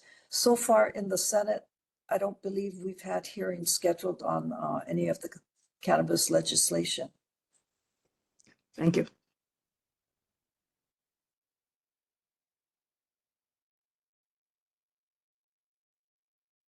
All right, thank you, Laura, and thank you, Senator Fukunaga. Going now to Member Fukumoto, please go ahead. Thank you, Chair. I'd like to address Senator Fukunaga again and give another chance to explain why we should support her bill, her bill that she and Senator Ihara introduced. And it passed in the Senate through its first committee, I believe, yesterday. I would also, right now, I'd like to say, before she explains once again why we should support her bill, which does embody a really, let's say, revolutionary attempt to solve our Hawaii's huge affordable housing crisis.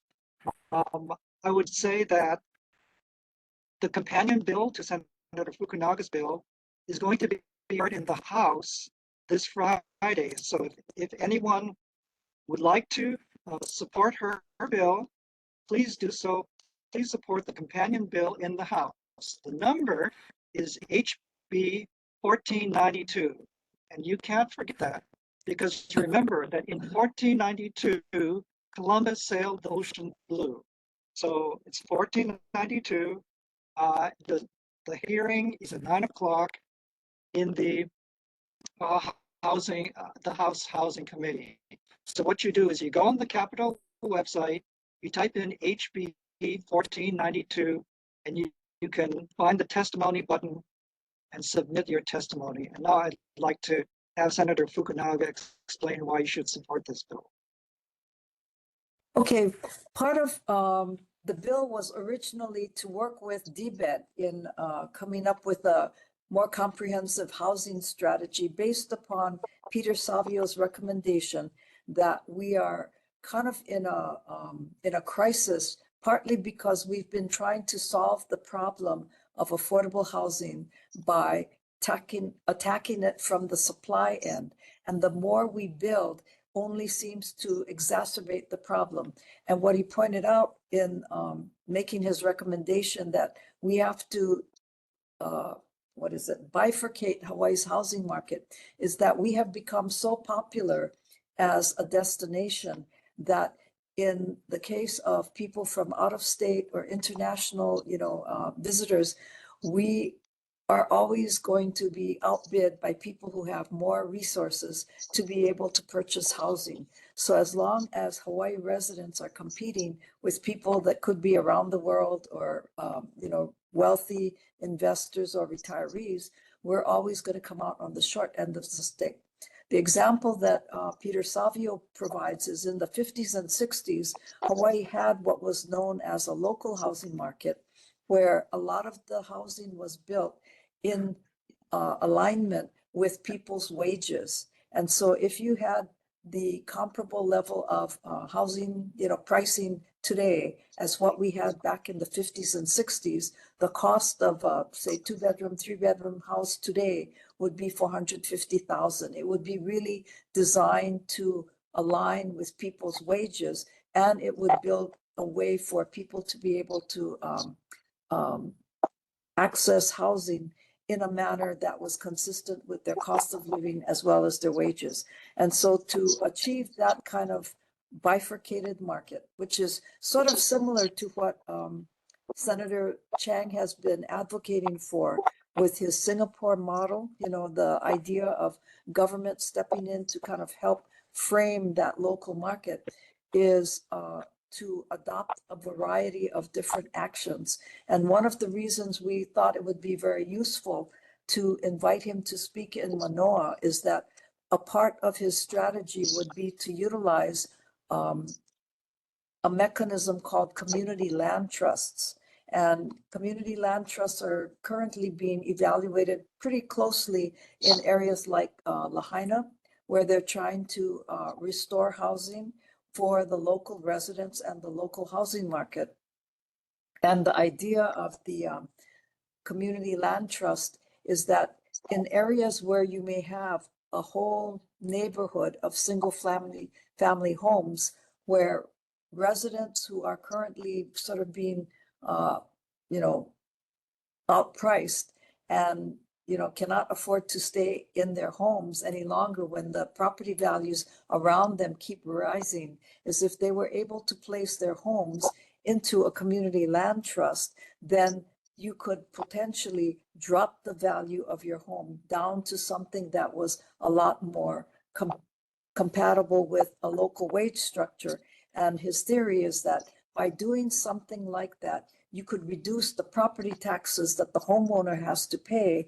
And part of the goal there is to be able to provide for families to pass their properties on to their children. So the goal is really reduce the property tax levels, keep the value really in the asset, and use that to sort of make it easier for families to perhaps renovate, rebuild, and have more families be able to preserve their existing assets at price levels that would allow them to invest more in the upkeep of the home rather than having to pay huge property taxes. So that's kind of one of the specific ideas that we thought would be very useful to have him explain and then respond to a lot of questions from community members.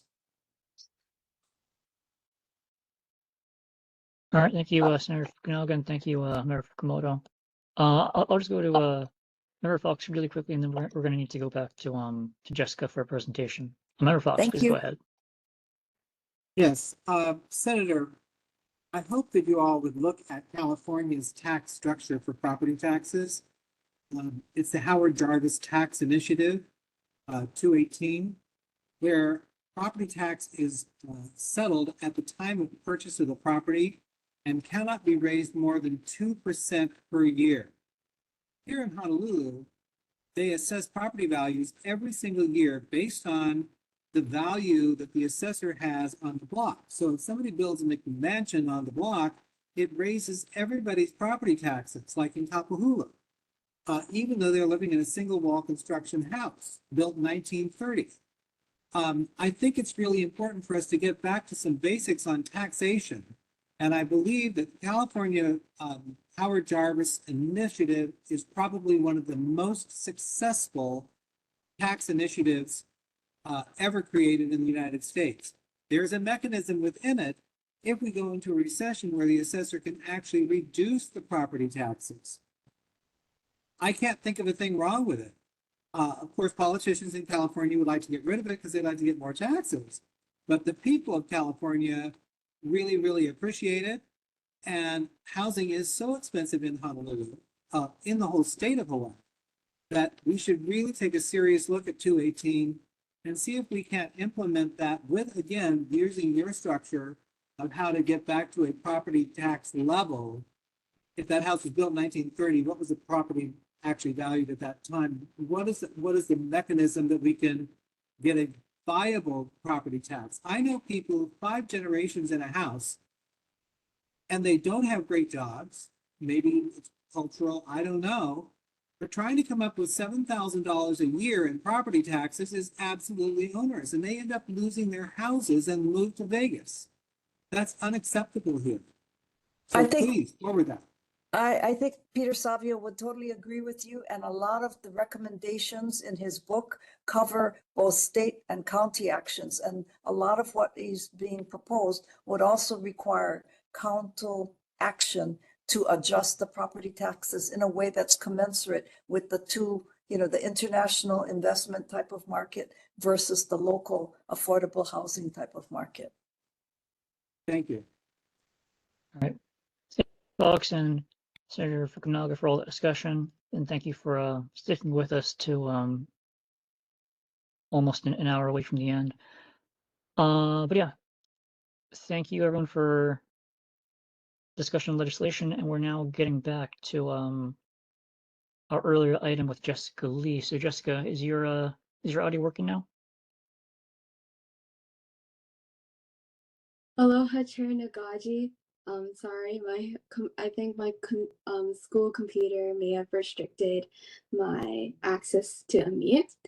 My name is Jessica Lee, and I'm currently a sophomore. South Korea is a country with a rich historical background, a thriving economy, and a culture that has gained global recognition. In communities like ours, there's a growing need to learn Korean language to better understand and reach the full economic benefits. Aside from military investment, South Korea is one of our main trading partners for our country, and our state also receives millions of dollars from tourists and investors as well. In fact, Honolulu and Incheon are sister cities. In addition, the popularity of K-pop, K-dramas, and K-beauty has been trending globally. Recently, HB 471 was introduced to the House to support this cause. However, the bill was deferred with a recommendation for students to pursue Korean language studies through their schools. However, it is difficult for minority students to challenge the current administration to suggest curriculum. Also, Senate Bill 876 has been referred and is awaiting hearing. For this reason, we need the neighborhood support to ensure that the DOE will consider expanding the Korean language programs within the Kaimuki McKinley Roosevelt complex. Just mentioning Korean as an improved language on the world language list is not enough, and the programs need to be available in schools and funded. Thank you. All right, thank you, Jessica. So we're going to look at the resolution in a bit. First, let's see if anyone has any questions from what Jessica said so far. So, serious and from member Moylan. Please go ahead, member Moylan. Kamsahamnida. I have a question. Isn't this all really under the aegis of the State Department of Education? And we're just recommending policy to the city. I don't understand how we come into this at all.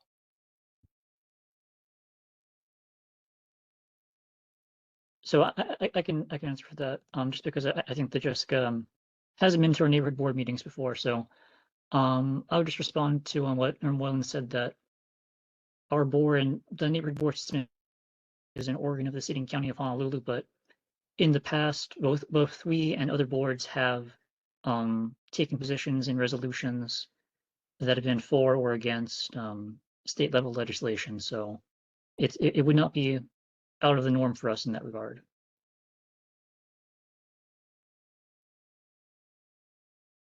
All right, I saw member Fukumoto next, so we'll go to him and then member Fox. Member Fukumoto, please go ahead. I commend you for presenting this resolution to us and using your talents as a high school sophomore to commence this kind of political action. I think it's great. I do share Member Moylan's concerns here that in general, it's really not the place of the neighborhood board to be telling the Department of Education what to do. It's pretty much their call. Otherwise, I would support any other sort of resolution, but perhaps this is not this is not what our board is set up to do. But I'm just so impressed by your ability to come up with this and your courage to bring it before our board. I know we are actually pretty scary, I think, but this is how it's done, and you're not always going to find success, but this is a very good start, and I applaud you for presenting this resolution to us. Thank you. All right, Member Fox, please go ahead.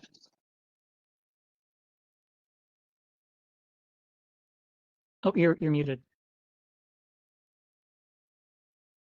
Unmute. I support this for a very specific local reason, and that is we have Korean being taught in only 2 schools on the island, and they're nowhere near the Korean community, which is downtown and in Mo'iliili.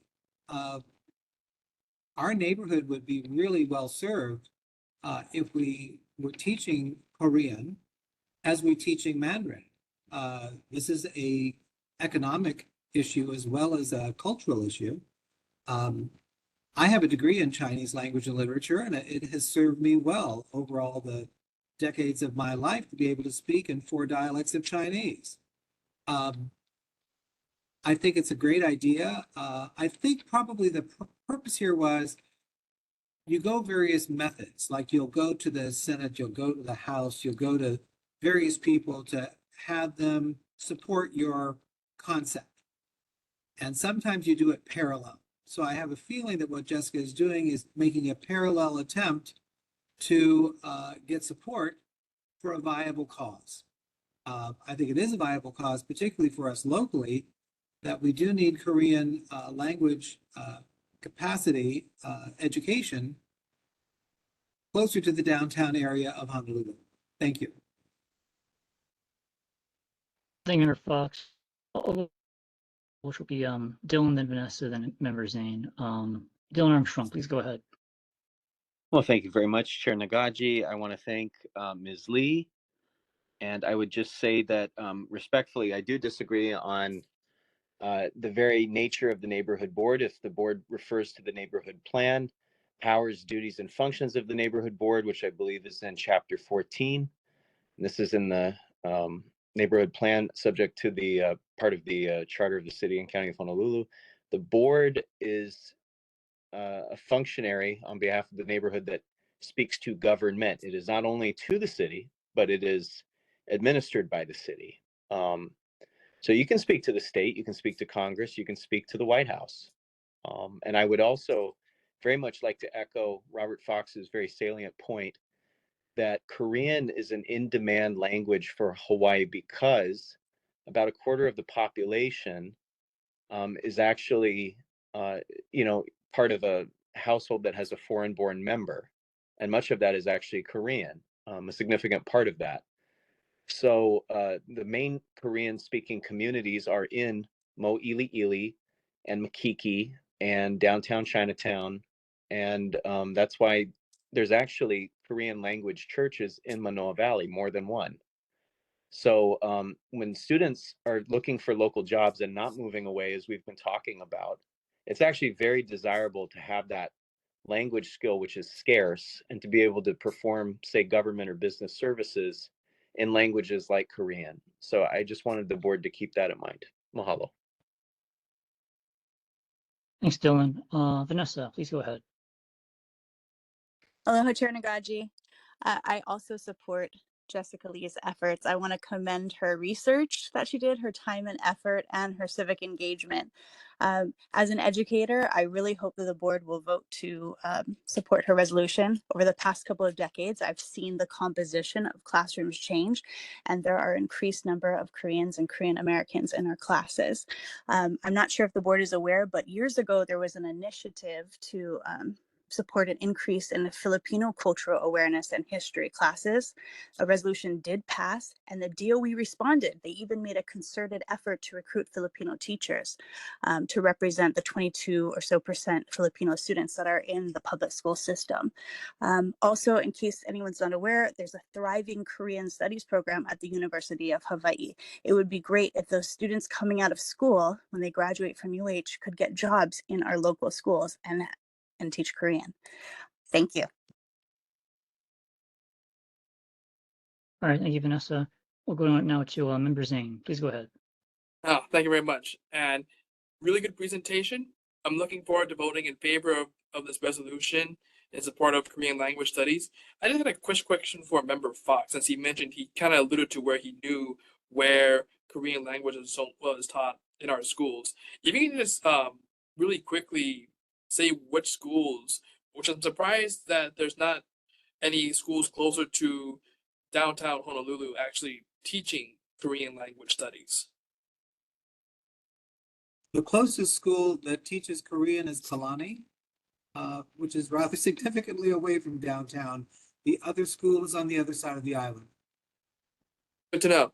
Thank you. All right, thank you, Member Zane. Member Kwan, I see you raised hand. Please go ahead. Thank you, Chair. Hi, Jessica. Thank you for the presentation. I just wanted to share that it would be a good idea to support any school with secondary languages. I think most of you know that. I think the school is already lacking in training the next generation or everybody in speaking anything other than English. So I think this is a great effort. I was wondering if I noticed it's for the Kaimuki district or in Mo'iliili district. Is there any plan to say expand it to island wide and not just where it is right now?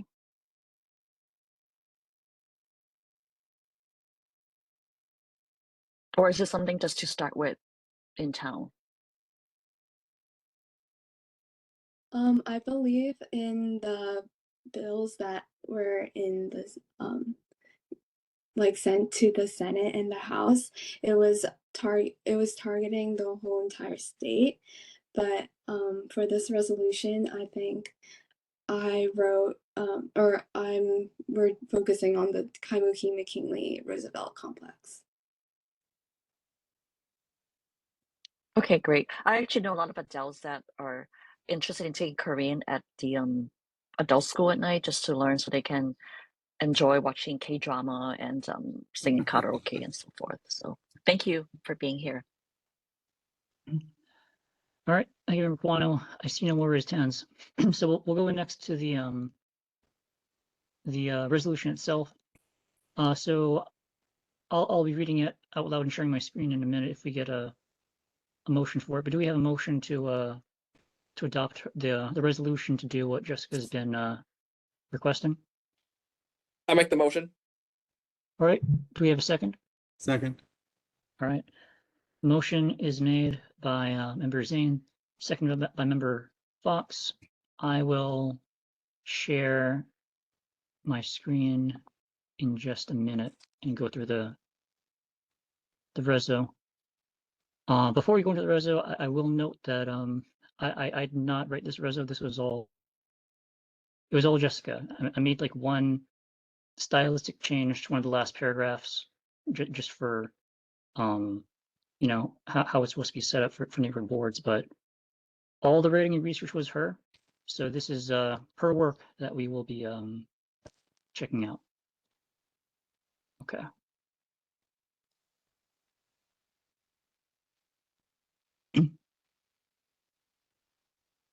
All right, so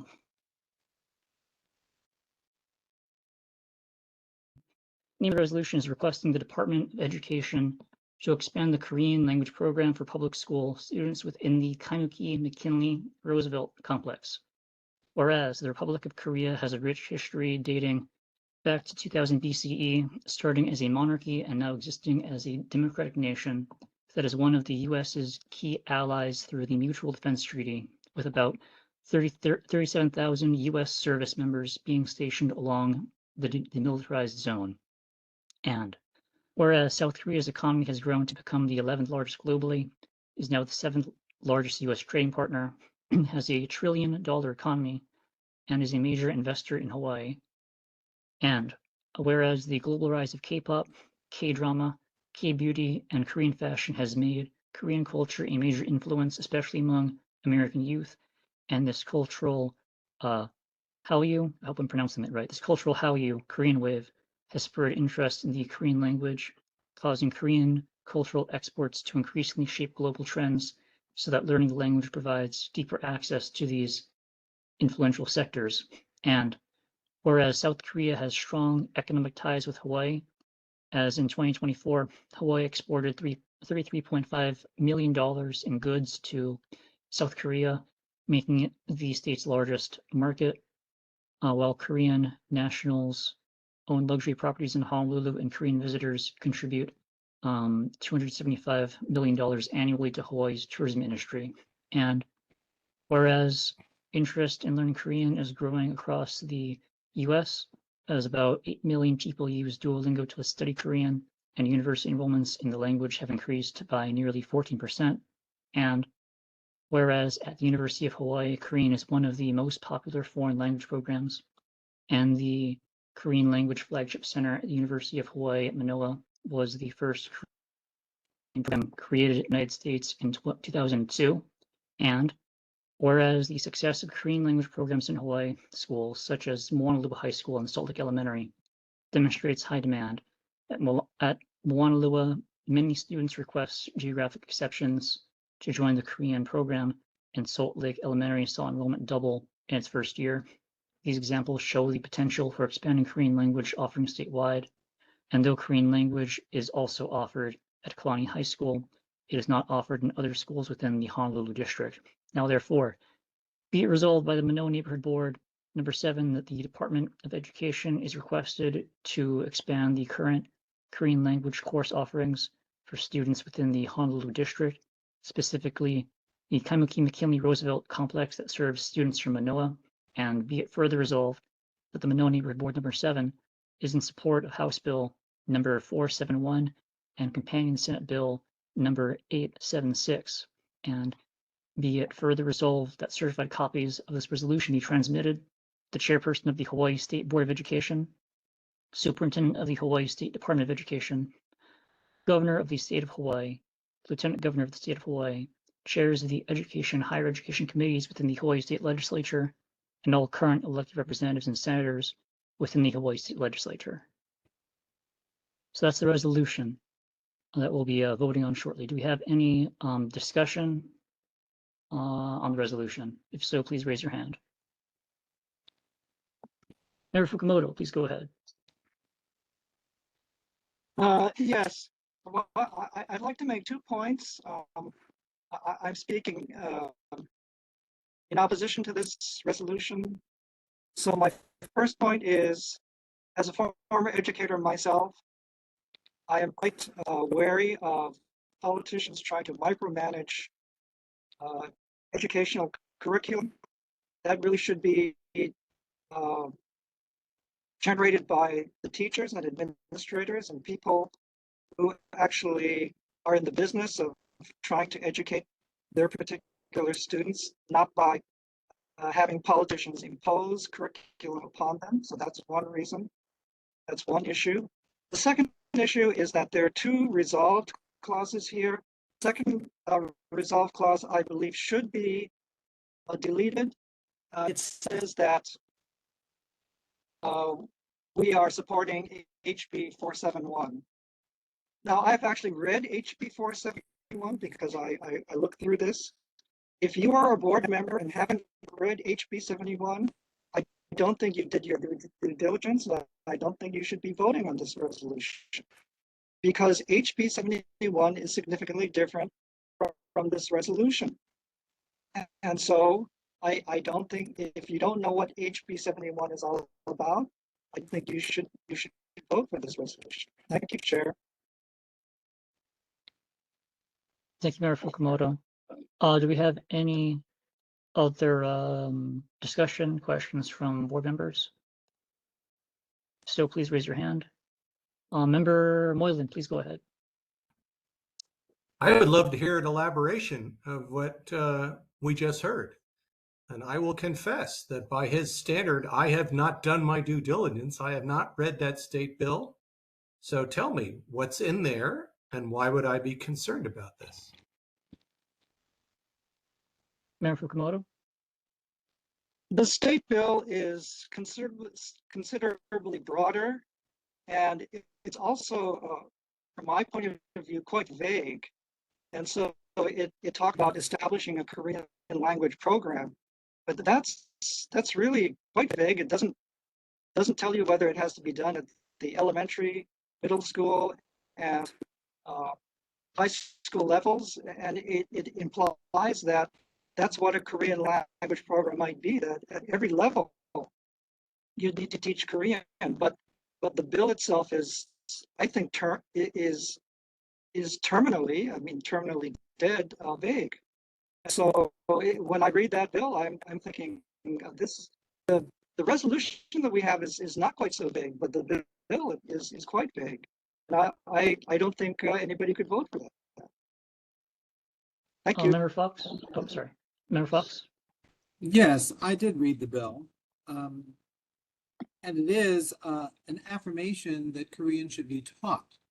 It doesn't specify specifically where it's going to be taught, But the first step, because again, they didn't want to teach the Department of Education how to do their work. They just said, yes, they were affirming the idea that Korean should be taught. I don't think this resolution stands in the face of that. It's another affirmation that Korean should be taught. What Jessica is really talking about is we do teach it in two places, Mānoa and Kalani. And wouldn't it be great if we expanded that into the area where the Korean community actually lives? I'm sure that the bill that passes is meant as a guidance only, not as a specificity. When you're passing bills, you don't want to get too specific in some of this stuff because it restricts you in how you do your work. So I find no conflict whatsoever with the bill and what Jessica is promoting.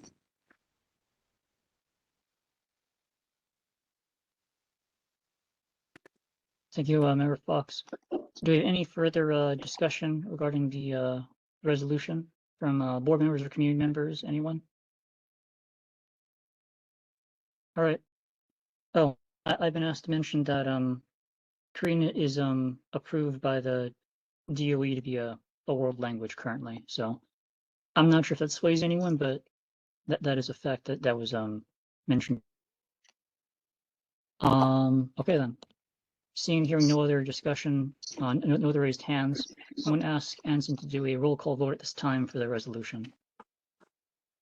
Oh, I'm sorry. Member Boso has a hand raised. Please go ahead. Sorry, thank you. I was trying to do it physically. Thank you, Chair.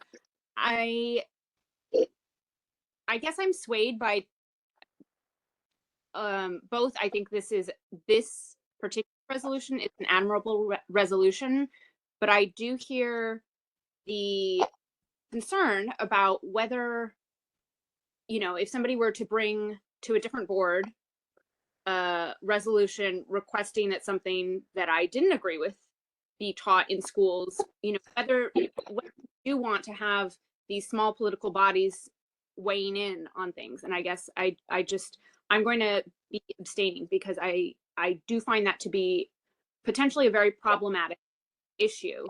And so I just wanted to explain my thoughts. Thank you. I will note very briefly before we get into the vote. I'll confess that I likewise did not read this ahead of time, but I just pulled it up off the Capitol website. So the bill has a few sections. I'll just very briefly go through it. Section 1 is a preamble that covers a lot of things that the resolution that Jessica wrote covered, all the same facts and statistics and so on. Section 2, which is I guess the meat of the bill, it says as follows: that the Board of Education shall establish a language program for public schools that shall be implemented beginning with the 2026 to 2027 school year. The Korean language program shall at minimum do the following, and there's 5 bullet points. Bullet point 1, expose students to the Korean language and culture. Bullet point 2, prepare students for future careers and economic development relating to the Korean language and culture. Bullet point 3, develop a structured curriculum, training for teachers, and allocate resources for the Korean language program. Bullet point 4, implement innovative and immersive techniques to teach Korean language and culture using Korean music, stories, and dance. And bullet point 5, research successful models from other schools to ensure effective instruction. So that's section 2, that's the meat of it. There's section 3 that provides for a to be determined amount of money to be appropriated for the program. And then section 4 is just the effective date, which would be later this year. So that's my very brief summary of the bill for those, including myself, who didn't read it previously. Robert Zane, I see a hand raised. Please go ahead. Thank you, Chair. I'm wondering if it would be amenable to change the language of the first be it resolved paragraph in the proposed resolution. So it says, so that would say that the Department of Education is, instead of requested, encouraged or supported to expand the current Korean language course offerings. So that way it's not necessarily as much of a directive to the Department of Education to do something by a political party, but more as an encouragement to support Korean language studies, which may soften the language. Elton, I don't know if that would be amenable to reduce the overbearing, I guess, the pressure of a political party upon education curriculum.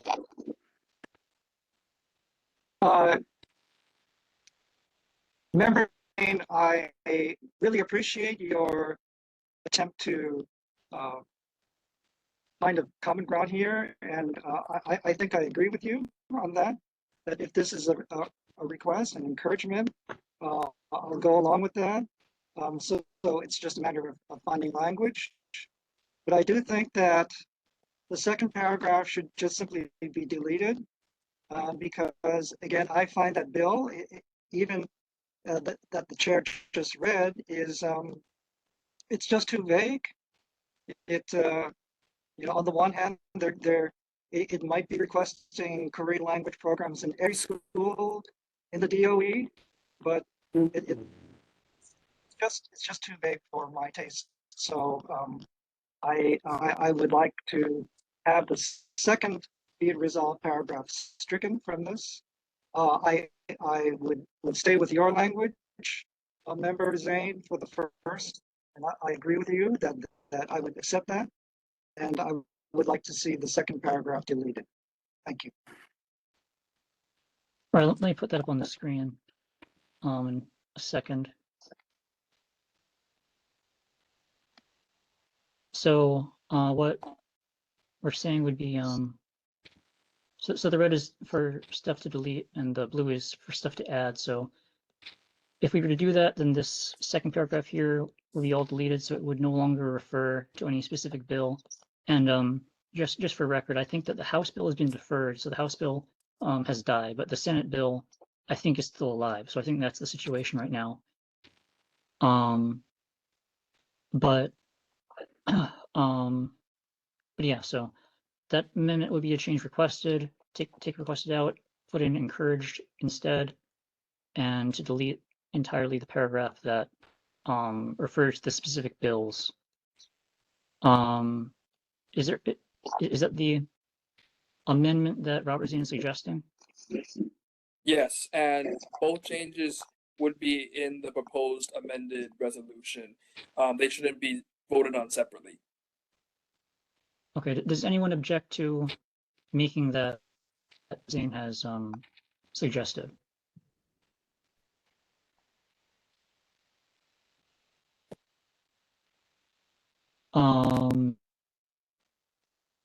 Is that an objection from Robert? Yes. Robert Fox, excuse me, Member Fox, if I can talk frankly, I think this resolution is going to fail unless you take that language out. So I think taking it out is the only way to move forward. Alrighty. Okay, so that change has been made. Requested is changed to encourage, and the paragraph referring to specific bills is taken out. Hold on, Member DeMarco has his hand raised as well, Chair. Oh, I'm sorry, I didn't see you there. Member DeMarco, please go ahead. That's okay. I can be invisible sometimes. I just wanted to maybe comment that, my understanding of our board is everything that we do is of an advisory nature. So, this little word change ultimately doesn't make a huge amount of difference in my mind, that we're requesting, advising, suggesting that another legislative body or agency do something anyway, no matter how we phrase it. So just wanted to comment on that.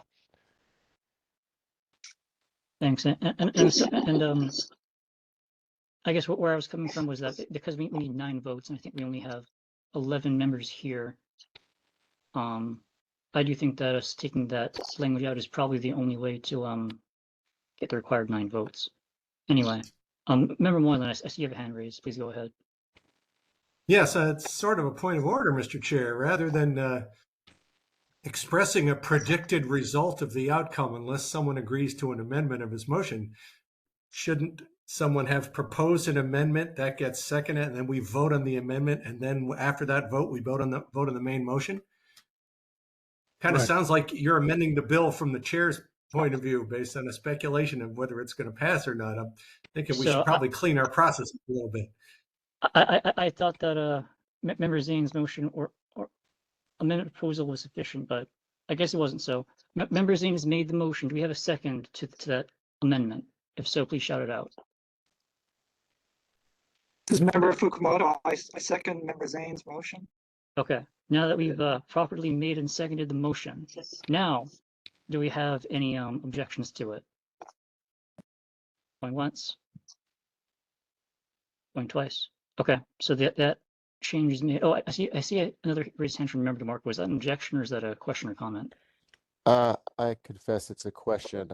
It's been so long, I forgot what the original language and the proposed revision is. Could you quickly remind me? Chair, if So you can the put it up original, on your screen, yes. that might be a better way to do it. And then I So think Member Fox has his raised up as well. So red language is deleted, blue language is added. So requested, so our board Thank you. requesting the DOE is changed to us encouraging the DOE, and the paragraph referring to the specific bills is deleted in its entirety. Thank you, Chair. And that's Okay. the amendment we're going to vote on, right? I thought that was the amendment that we had already agreed due to lack of objection, but just to make sure we're doing this I thought properly. the maker of the motion objected to it. No. Maybe I'm... Hold on. No. The maker of the motion did not object to it, Chris. But before unanimous consent, there was a hand raised by Member Fox. So I think I was trying to point out to the chair, so that way, in case Member Fox had an objection to the amendments, he can express it at this time. No, I'm fine. Okay. Thank you. All right. Thanks, everyone. So I'll ask again, just to be totally sure here, any objections to the amendment that's been properly made by Member Zane, second by Member Fukumoto? Anyone object? If not, it'll pass as the amendment. Okay. If the amendment is passed by general consent. So now we're going to do a vote on passage of the amended resolution. Have any last quick comments before we do the vote? All right, seeing hearing none. Anson. Oh, I'm sorry. Chair. Member DeMarco, I see your hand. Yes, there has been an interesting sidebar conversation in the chat discussing, is this resolution a bit preferential to the Korean language, and should it be more broad to include encouragement of all of the DOE's acknowledged world languages?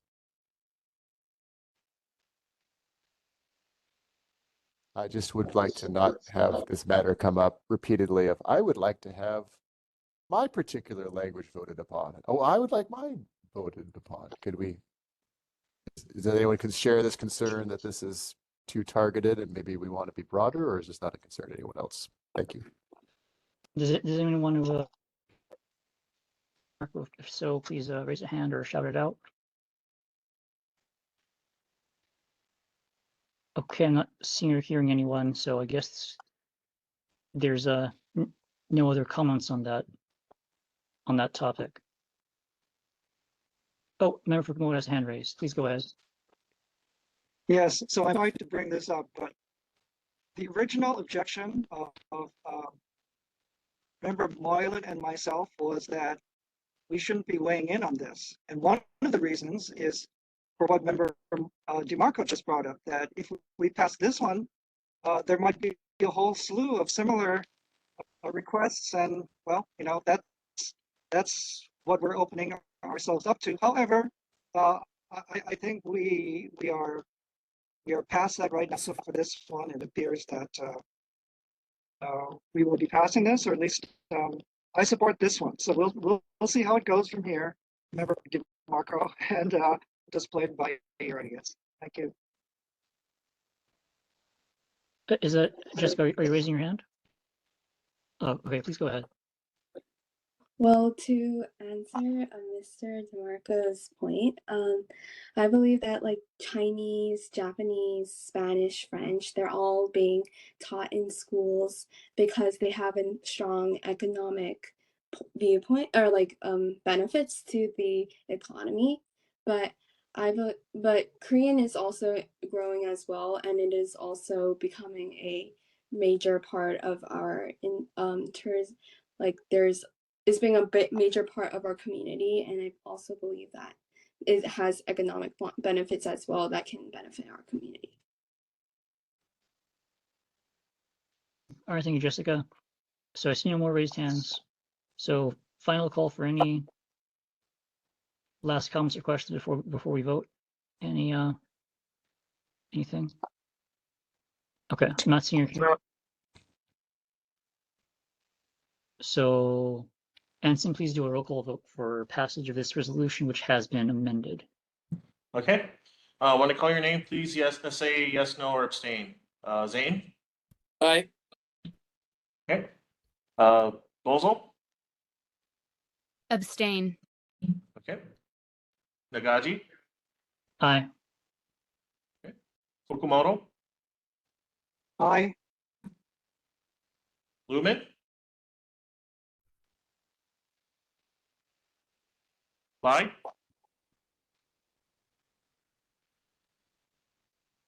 Lumen? Abstain. Okay.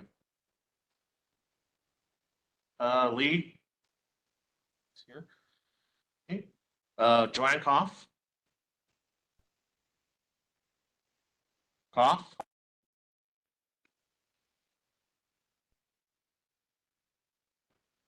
Joanne?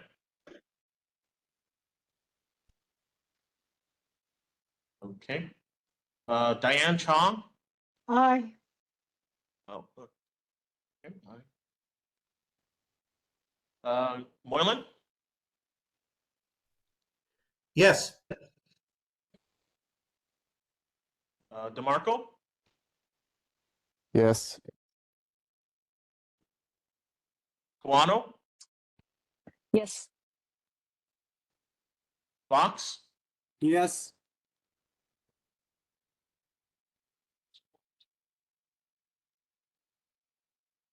That's 8 yes. 2 abstain. This does not pass. Okay.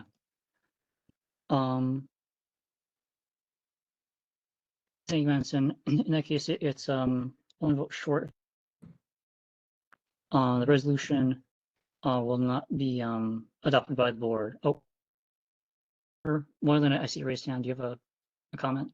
Yes, along those lines, I've already been in discussion with our new city council member, and I heard from his staffer today this nonsense that a quorum of the hypothetical full membership of the board should be required to pass a motion, far more restrictive than actual Robert's rules, is something that's in the city charter, and our council member and his team are willing to consider throwing that into the next batch of charter amendments that comes up when they routinely go through charter amendments. This is it's not clear why anyone would have done this to all of the boards and commissions, and I sit on 2 of them that are living with this, where you get something like what we just had with an overwhelming majority supporting something and it's declared to be failed. In our case,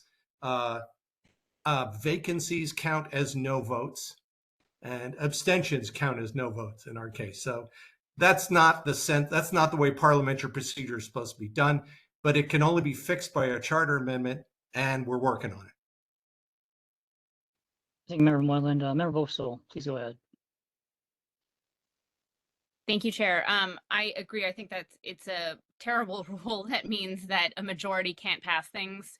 And because I support the intent of this bill, even though I do think it does open some contentious issues, I will change my vote to aye, if that's possible.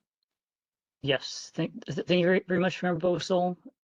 I believe that works. So we now have 9 ayes. Brings us up to the margin of approval. So, Jessica Lee, congratulations. You're a high school student and you've gotten your first neighborhood board resolution passed. So, best of luck with all that, and hope the experience wasn't too traumatizing for you. But I see a raised hand from Member Fukumoto. Please go ahead. Yes, Jessica, you just democracy in action. This is how it works. Your resolution was amended, and there is such a thing as motion for reconsideration. So a member who voted one way can always change her vote, and she did this, and your resolution passed. So it was a great lesson for you, and you took the prize tonight. So congratulations, and we applaud you for starting your political career so early. We look forward to seeing more of you in the future. Thank you so much. Yes, Jessica, congratulations again, and thank you for coming down to well, first of all, for writing the resolution to begin with, and then coming down to present to us. But yeah, and I'll follow up with Jessica to get the thing signed and sent to her for her to send to whoever she wants to send it to and all that, and to get it sent to the people on the list of names in the reso.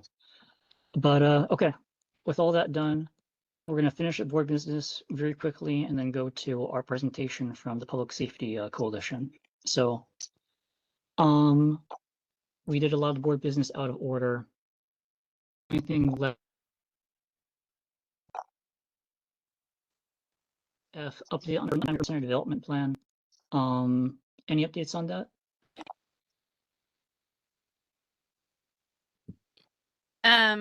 Yes, I was speaking to somebody in the city administration earlier, and actually maybe if Representative Nishimoto is still on, he can speak to this also. But basically, you know, it like went to the city council last year. They're at the point where they're ready to vote on what was put forward in the PUCDP plan, and then with Representative Nishimoto's swearing in and new committees this year, it's been reassigned to a new committee, which is essentially like the same as an old committee, but, you know, got renamed.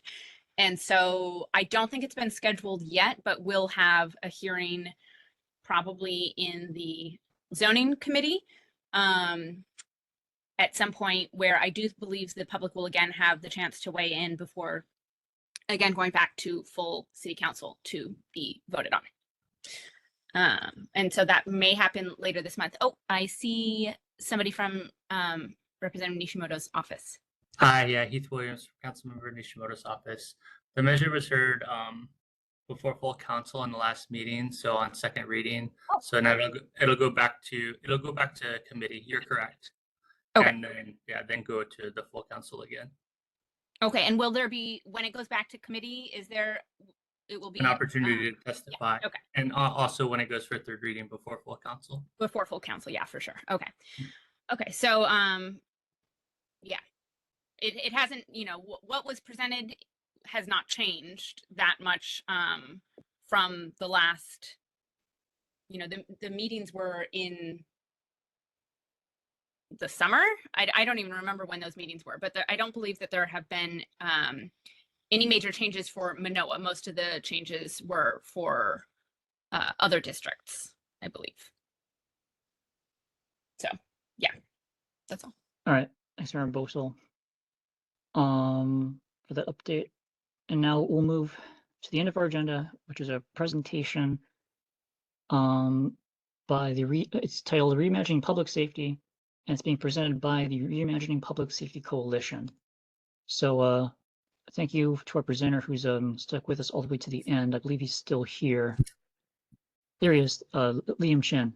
Please go ahead and share your screen and give us a presentation. And I might have to cut you off for time because we have to end at 10, but hopefully we'll get through all of it. Okay, let me see here. Let's see. Try to share my screen and see if we can get this PowerPoint to come up here. Okay. 1 second here. You just pull up my PowerPoint and share the screen. Give me 1 second, please. Bear with me. Okay, I'm not sure if I'm going to be able to actually put it in slideshow mode, but we'll go ahead and share it. Okay. Oh, actually it might. Anson, can you see that? Yes, I can see it. Hi. Okay, great. I appreciate everybody for allowing us to present tonight. My name is Liam Chin. I'm the coordinator for the largest public safety focused coalition in the state. We've got over 25 organizations statewide.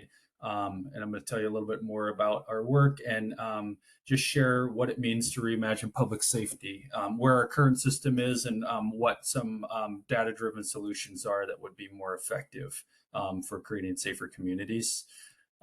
So just want to start by saying We're a diverse group. I just mentioned that across the state, full of experts as well as people with lived experience. And we advocate for a public health-based approach to safety, proven solutions rather than the status quo, which has an over-reliance on policing and incarceration. These are just some of the organizations in our coalition, and there's several more, as well as a number of professors from Hawaii. Here's just kind of a recent gathering. Okay, so I just want to ground us in where we are now and what some of the current public safety debates are about. We're not seeing your slides Yeah. advance. Okay, it's not moving. Yeah, it's Okay. Oh. What about now? okay now. Yeah, it's moving now. Okay, let me I can actually change the way that I share it. If you don't mind, let me just stop sharing and reshare again. It gave me another option for motion. So let me just optimize for text and images, optimize for motion and video. Okay, let me retry this again, and then let me know if that works. Okay.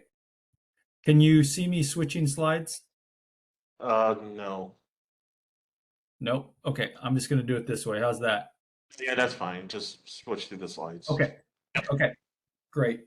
Okay, so these are some of the organizations in our coalition. Just to give you a sense. Let's see here. Is that working as I switch slides? Oh yes. Okay. Sorry, I hope you can see. So I want to start by just a brief discussion about our current debates and sentiment about public safety. So, we hear from a lot of people, why does it feel like drugs, mental illness, homelessness, and crime on the streets is worse than before? I think a lot of us starting, especially during the beginning of the pandemic till now, feel like there's been this shift in what's happening on the streets and what we see, what's most visible. But what is this really about?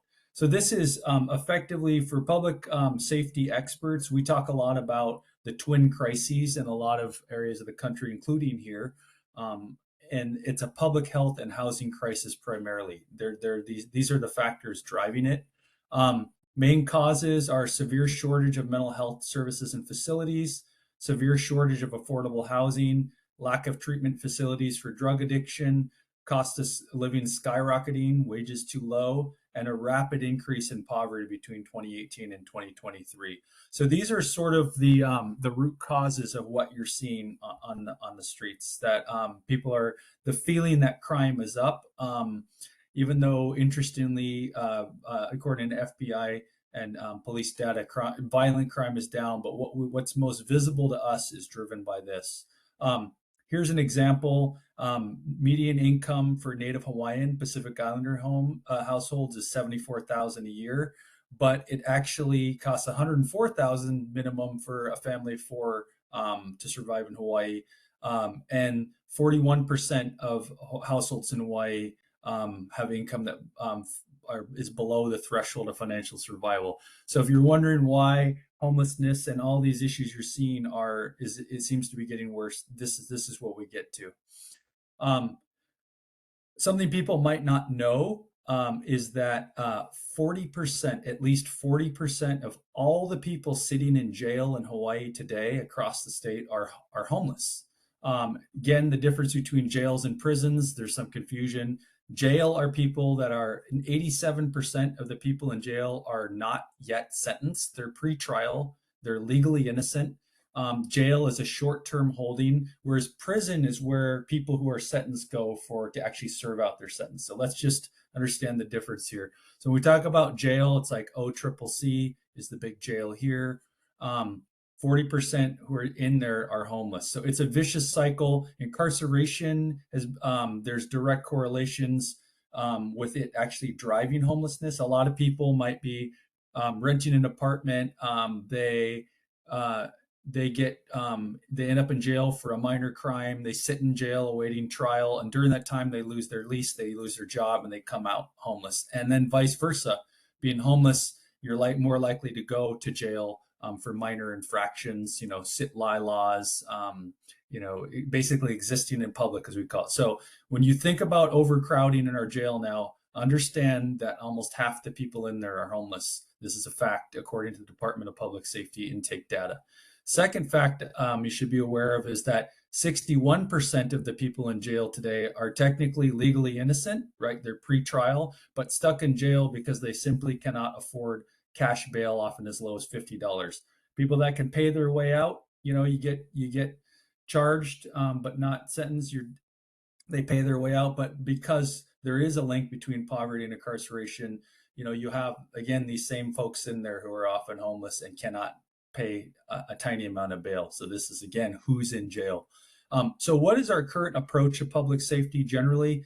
In most communities, no matter the reason for the call, we send police to address problems, but a badge and a gun don't and can't resolve many of these needs and too often make things worse. Here's an example. People with mental health disabilities are 16 times more likely to be killed in interactions with police. People with disabilities are most at risk during crises. 911 is basically the only option we have. Police arrive at the scene armed with deadly weapons and a lack of mental health training with devastating results. We recently did a study with UH on looking at use of force among HPD, and we found that 50% of all the victims of police use of force had a disability. There's broad agreement that police are asked to do too much and that the real community needs are going unmet. Police should focus on serious and violent crime. I'm not sure if you know this, but only 4% of all 911 calls in major cities across the country involve violent crime. Majority of police time is spent on non-criminal calls and traffic enforcement. So when I say that again, 96% of calls do not involve violent crime. You grow up in our country, TV, media, you would believe otherwise, but this is the reality of day-to-day police work and extensive analysis of millions of 911 calls by experts. You should also know that HPD has one of the lowest clearance rates in the US. In 2022, HPD cleared only 7% of all crimes. And clearance means another way of saying solve. It's not exactly solve a crime, but property crimes are as low as 2%. So 7% is really bad. And the conclusion is that really we're not responding to the problems out there in public safety using the right tools. And this is hurting certain communities, houseless, mentally ill, Native Hawaiian, Micronesians. And so what we need to do is to reimagine public safety. What are the innovations in public safety we should be supporting? I like this comic because you see this poor police officer. He's trying to solve homelessness, drug possession, mental health issues. How's he supposed to carry all that? Well, he's not, right? This is the way. This is the way is drug treatment programs, mental health services, decriminalizing and regulating things like cannabis, and of course, affordable housing is key. What are the proven approaches that create safeties? Housing, healthcare, jobs, programs, especially living wage jobs is key. Education and after-school programs. Hawaii ranks 48th in the United States in after-school program funding. And for communities that are experiencing youth truancy, crime, and violence, proven after-school programs have an enormously positive impact. Gun control, violence interruption programs, restorative and transformative justice, which uses a mediation process and brings accountability, and then environmental design, right? People's safety comes from a clean and healthy environment. I can say more about these later. I know we're short on time, so I'm just trying to go through some of these key proven approaches that create safe communities.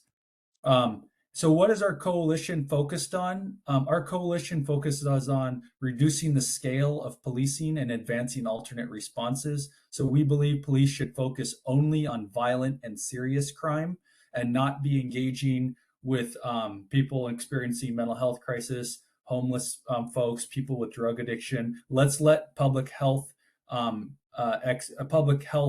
employees work on those. They can be deployed, they can meet people where they're at and actually do a more effective job at de-escalating and helping people get service.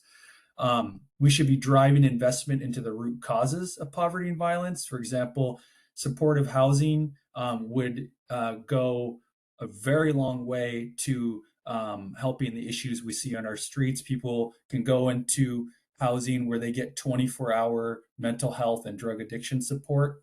I think you've heard of Calhales. That's a great example. Although those are temporary, we need to talk about permanent housing for these folks. Decriminalizing poverty and public health issues, decriminalizing youth and driving investment into youth development and well-being, and establishing strong civilian oversight of police. You've heard of the Police Commission. We support some of what they do, but we need to go a lot further to giving them actual authority, for example, to actually propose and reject and review HPD policies and procedures, and not just be advisory only. Here's another example. It costs $112,000 a year to incarcerate someone at OCCC, and it costs $30,000 a year to give supportive housing. And what is the outcome? Someone that does not receive supportive housing is 50% likely to reoffend when they get out of jail. And someone with supportive housing is only 13% likely to, it's only 13% of people who come out of jail reoffend when they get supportive housing. So again, we believe in data and facts, and this should drive where we put our money, not into jails, but into housing. So I'm almost done here. I just want to paint you the positive vision. So what would Hawaii look like if we succeed together in reimagining public safety? Anyone needing supportive housing would get it. Mobile crisis responder service operating 24 hours a day on all islands. These are the folks, mental health and EMT responders go out and for all low-level nonviolent calls. Arrest rate for unhoused drops by 50%. Drug treatment and detox centers on every island. Everyone who needs treatment gets it. Sufficient community-based short and long-term mental health facilities on all islands. Traffic enforcement primarily done by unarmed DOT staff. I say that because 90% of Americans have interactions directly with police through traffic stops, and those can go terribly wrong, especially for certain populations, African American, Native Hawaiian, and so forth.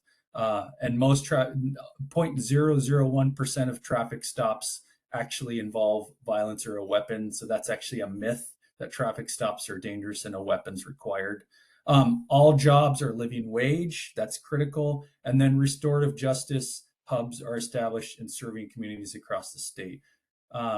So last slide here is we have a call to action. We're engaging the legislature at the moment. Our biggest priorities are, one, stopping the proposed $1 billion super jail. They want to demolish OCCC and rebuild a super jail in Halava. It would be the most expensive state-funded project in Hawaii's history. They want to actually expand the number of jail beds, even though they have admitted that the majority of people in jail shouldn't be there. This is actually from the Department of Corrections direct quote, that people with mental health issues should not be in jail. It's the most expensive, least effective option. What is the positive thing we want to invest in? Again, let's make historic investments in supportive housing, a range of options, clean and sober housing, housing with 24-hour mental health supports. We need options for supportive housing, community-based mental health and substance abuse treatment. We have a severe lack of treatment facilities across Hawaii. We need community-based mental health facilities. We need massive investments in youth development. Talked about that earlier. Job training, vocational training for youth, and after-school programming, including cultural programming. Workforce training. We need to train people for living wage jobs, not just low-wage service jobs. And then restorative justice, which I've mentioned multiple times, which instead of going to jail, allows someone accused of a crime to participate in a process with the person that they harmed. That's mediated, involves prosecutors and public defenders, but it involves the families and communities of those people working through the problem together and bringing real accountability to heal harm done. So I just want to say that, this is an important conversation we need to have in Hawaii, because we've been doing it the same way for many years. We keep doubling down on more investments in policing and jails when data and research overwhelmingly shows that those do not work. We increase funding for both of those year after year, and we're not getting the results that you would expect. But these other investments I mentioned today absolutely do bring those results, and we're committed to shifting Hawaii towards a public health-based approach to safety. So thank you so much for allowing me to share. If you're interested, contact Reimagining Safety Hawaii at gmail.com. Follow us on Instagram, Reimagining Public Safety Hawaii on Instagram and Facebook. We welcome your comments and input. We love to hear from community members. We love folks with expertise, and we're always open for lively debates about actually what creates real safety, and always willing to learn. So thank you so much, everybody. All right, thank you, Liam. We have 5 minutes left in the meeting. We can do like 2 or 3 really quick questions before we move on. Member Fox, please go ahead. Thank you. I appreciate all of the energy that you put into this in your group. However, I completely and utterly oppose it. This is the method that California used, and unfortunately,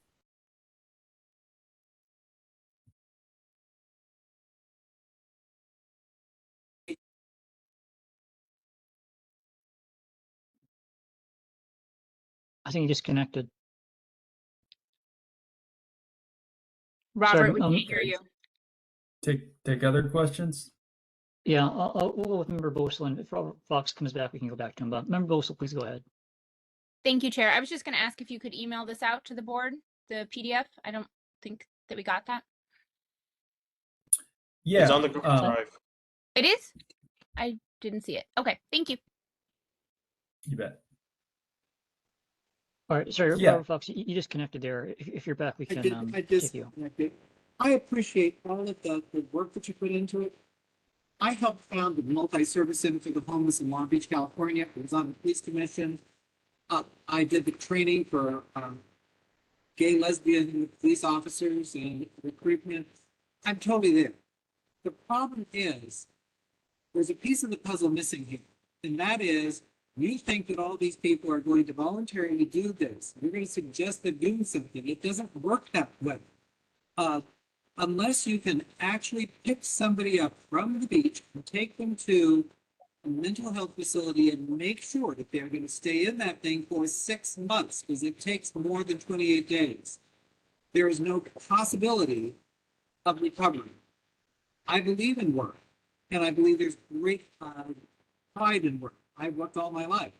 I suggest you have a conversation with those of us who've actually worked in this field for a long time, because when you lower the standards of crime, like they did in California with Proposition 947, that anything under $950 was not considered a crime anymore, people just went into stores and stole stuff all over the place. If you're a small business person, you can't afford to have people just steal your stuff.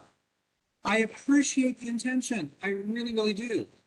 I would suggest maybe something like a work furlough program, which we were considering in California, like this. Let's start a gigantic cleaning company. And if you're in jail and you want to get out of jail, you can work from 9 o'clock till 5 o'clock, pay you a living wage, 15 bucks Sorry, an hour Mayor more, Fox, I got to cut you off clean for the time. streets and the sidewalks and whatever. That makes sense to me, but not this like, oh gee, people are going to like Robert, voluntarily do this. Time. Sorry. We got 2 minutes left. I'm sure you have a response, Liam, but No, I'd rather hear other questions, because there wasn't a question there. Yeah, I want to hear from other folks as well. No. Oh, we have 2 minutes, so we got to just move to ending announcements and then be done with the meeting. Sorry, Robert Fox. Sorry, Liam, for cutting the. Okay. But and thanks, Liam, for giving the presentation, for sticking with us till the end. But we're going now I'm to happy to continue the conversation. If folks want to email me or ping us on Instagram, this is a lively discussion, and we welcome all input from community and happy to have it. So please contact us at reimaginingsafetyhawaii@gmail.com or Reimagining Safety Hawaii on Instagram or Facebook. All right, thank you, Liam. So next we have enough time for community concerns, and we didn't really have any, so that's fine. We'll just go over that. Announcements. Neighborhood board candidate registration. We went over this previously. Registration is due this month, the 21st, so February 21st. Do the online registration or have your thing mailed in by the 21st. Either way, February 21st is the deadline for candidate registration. There was an email that went out to board members, and you can find a link on the agenda as well. Next meeting is going to be first Wednesday of March. That's going to be March 5th. Whether it's going to be at Kapala Mahale or Nolani is going to be subject to whether or not all that goes through. It might start at 6:30, might start at 7. Again, depends whether or not the forms go through. But there will be a remote option, so please stay posted for that. And there will, of course, be little rebroadcasts, as well as you can watch this on the City and County Digital Archives. With that, we are out of time, and this meeting is adjourned. Thank you, everyone. I'll see you back here in March. Bye.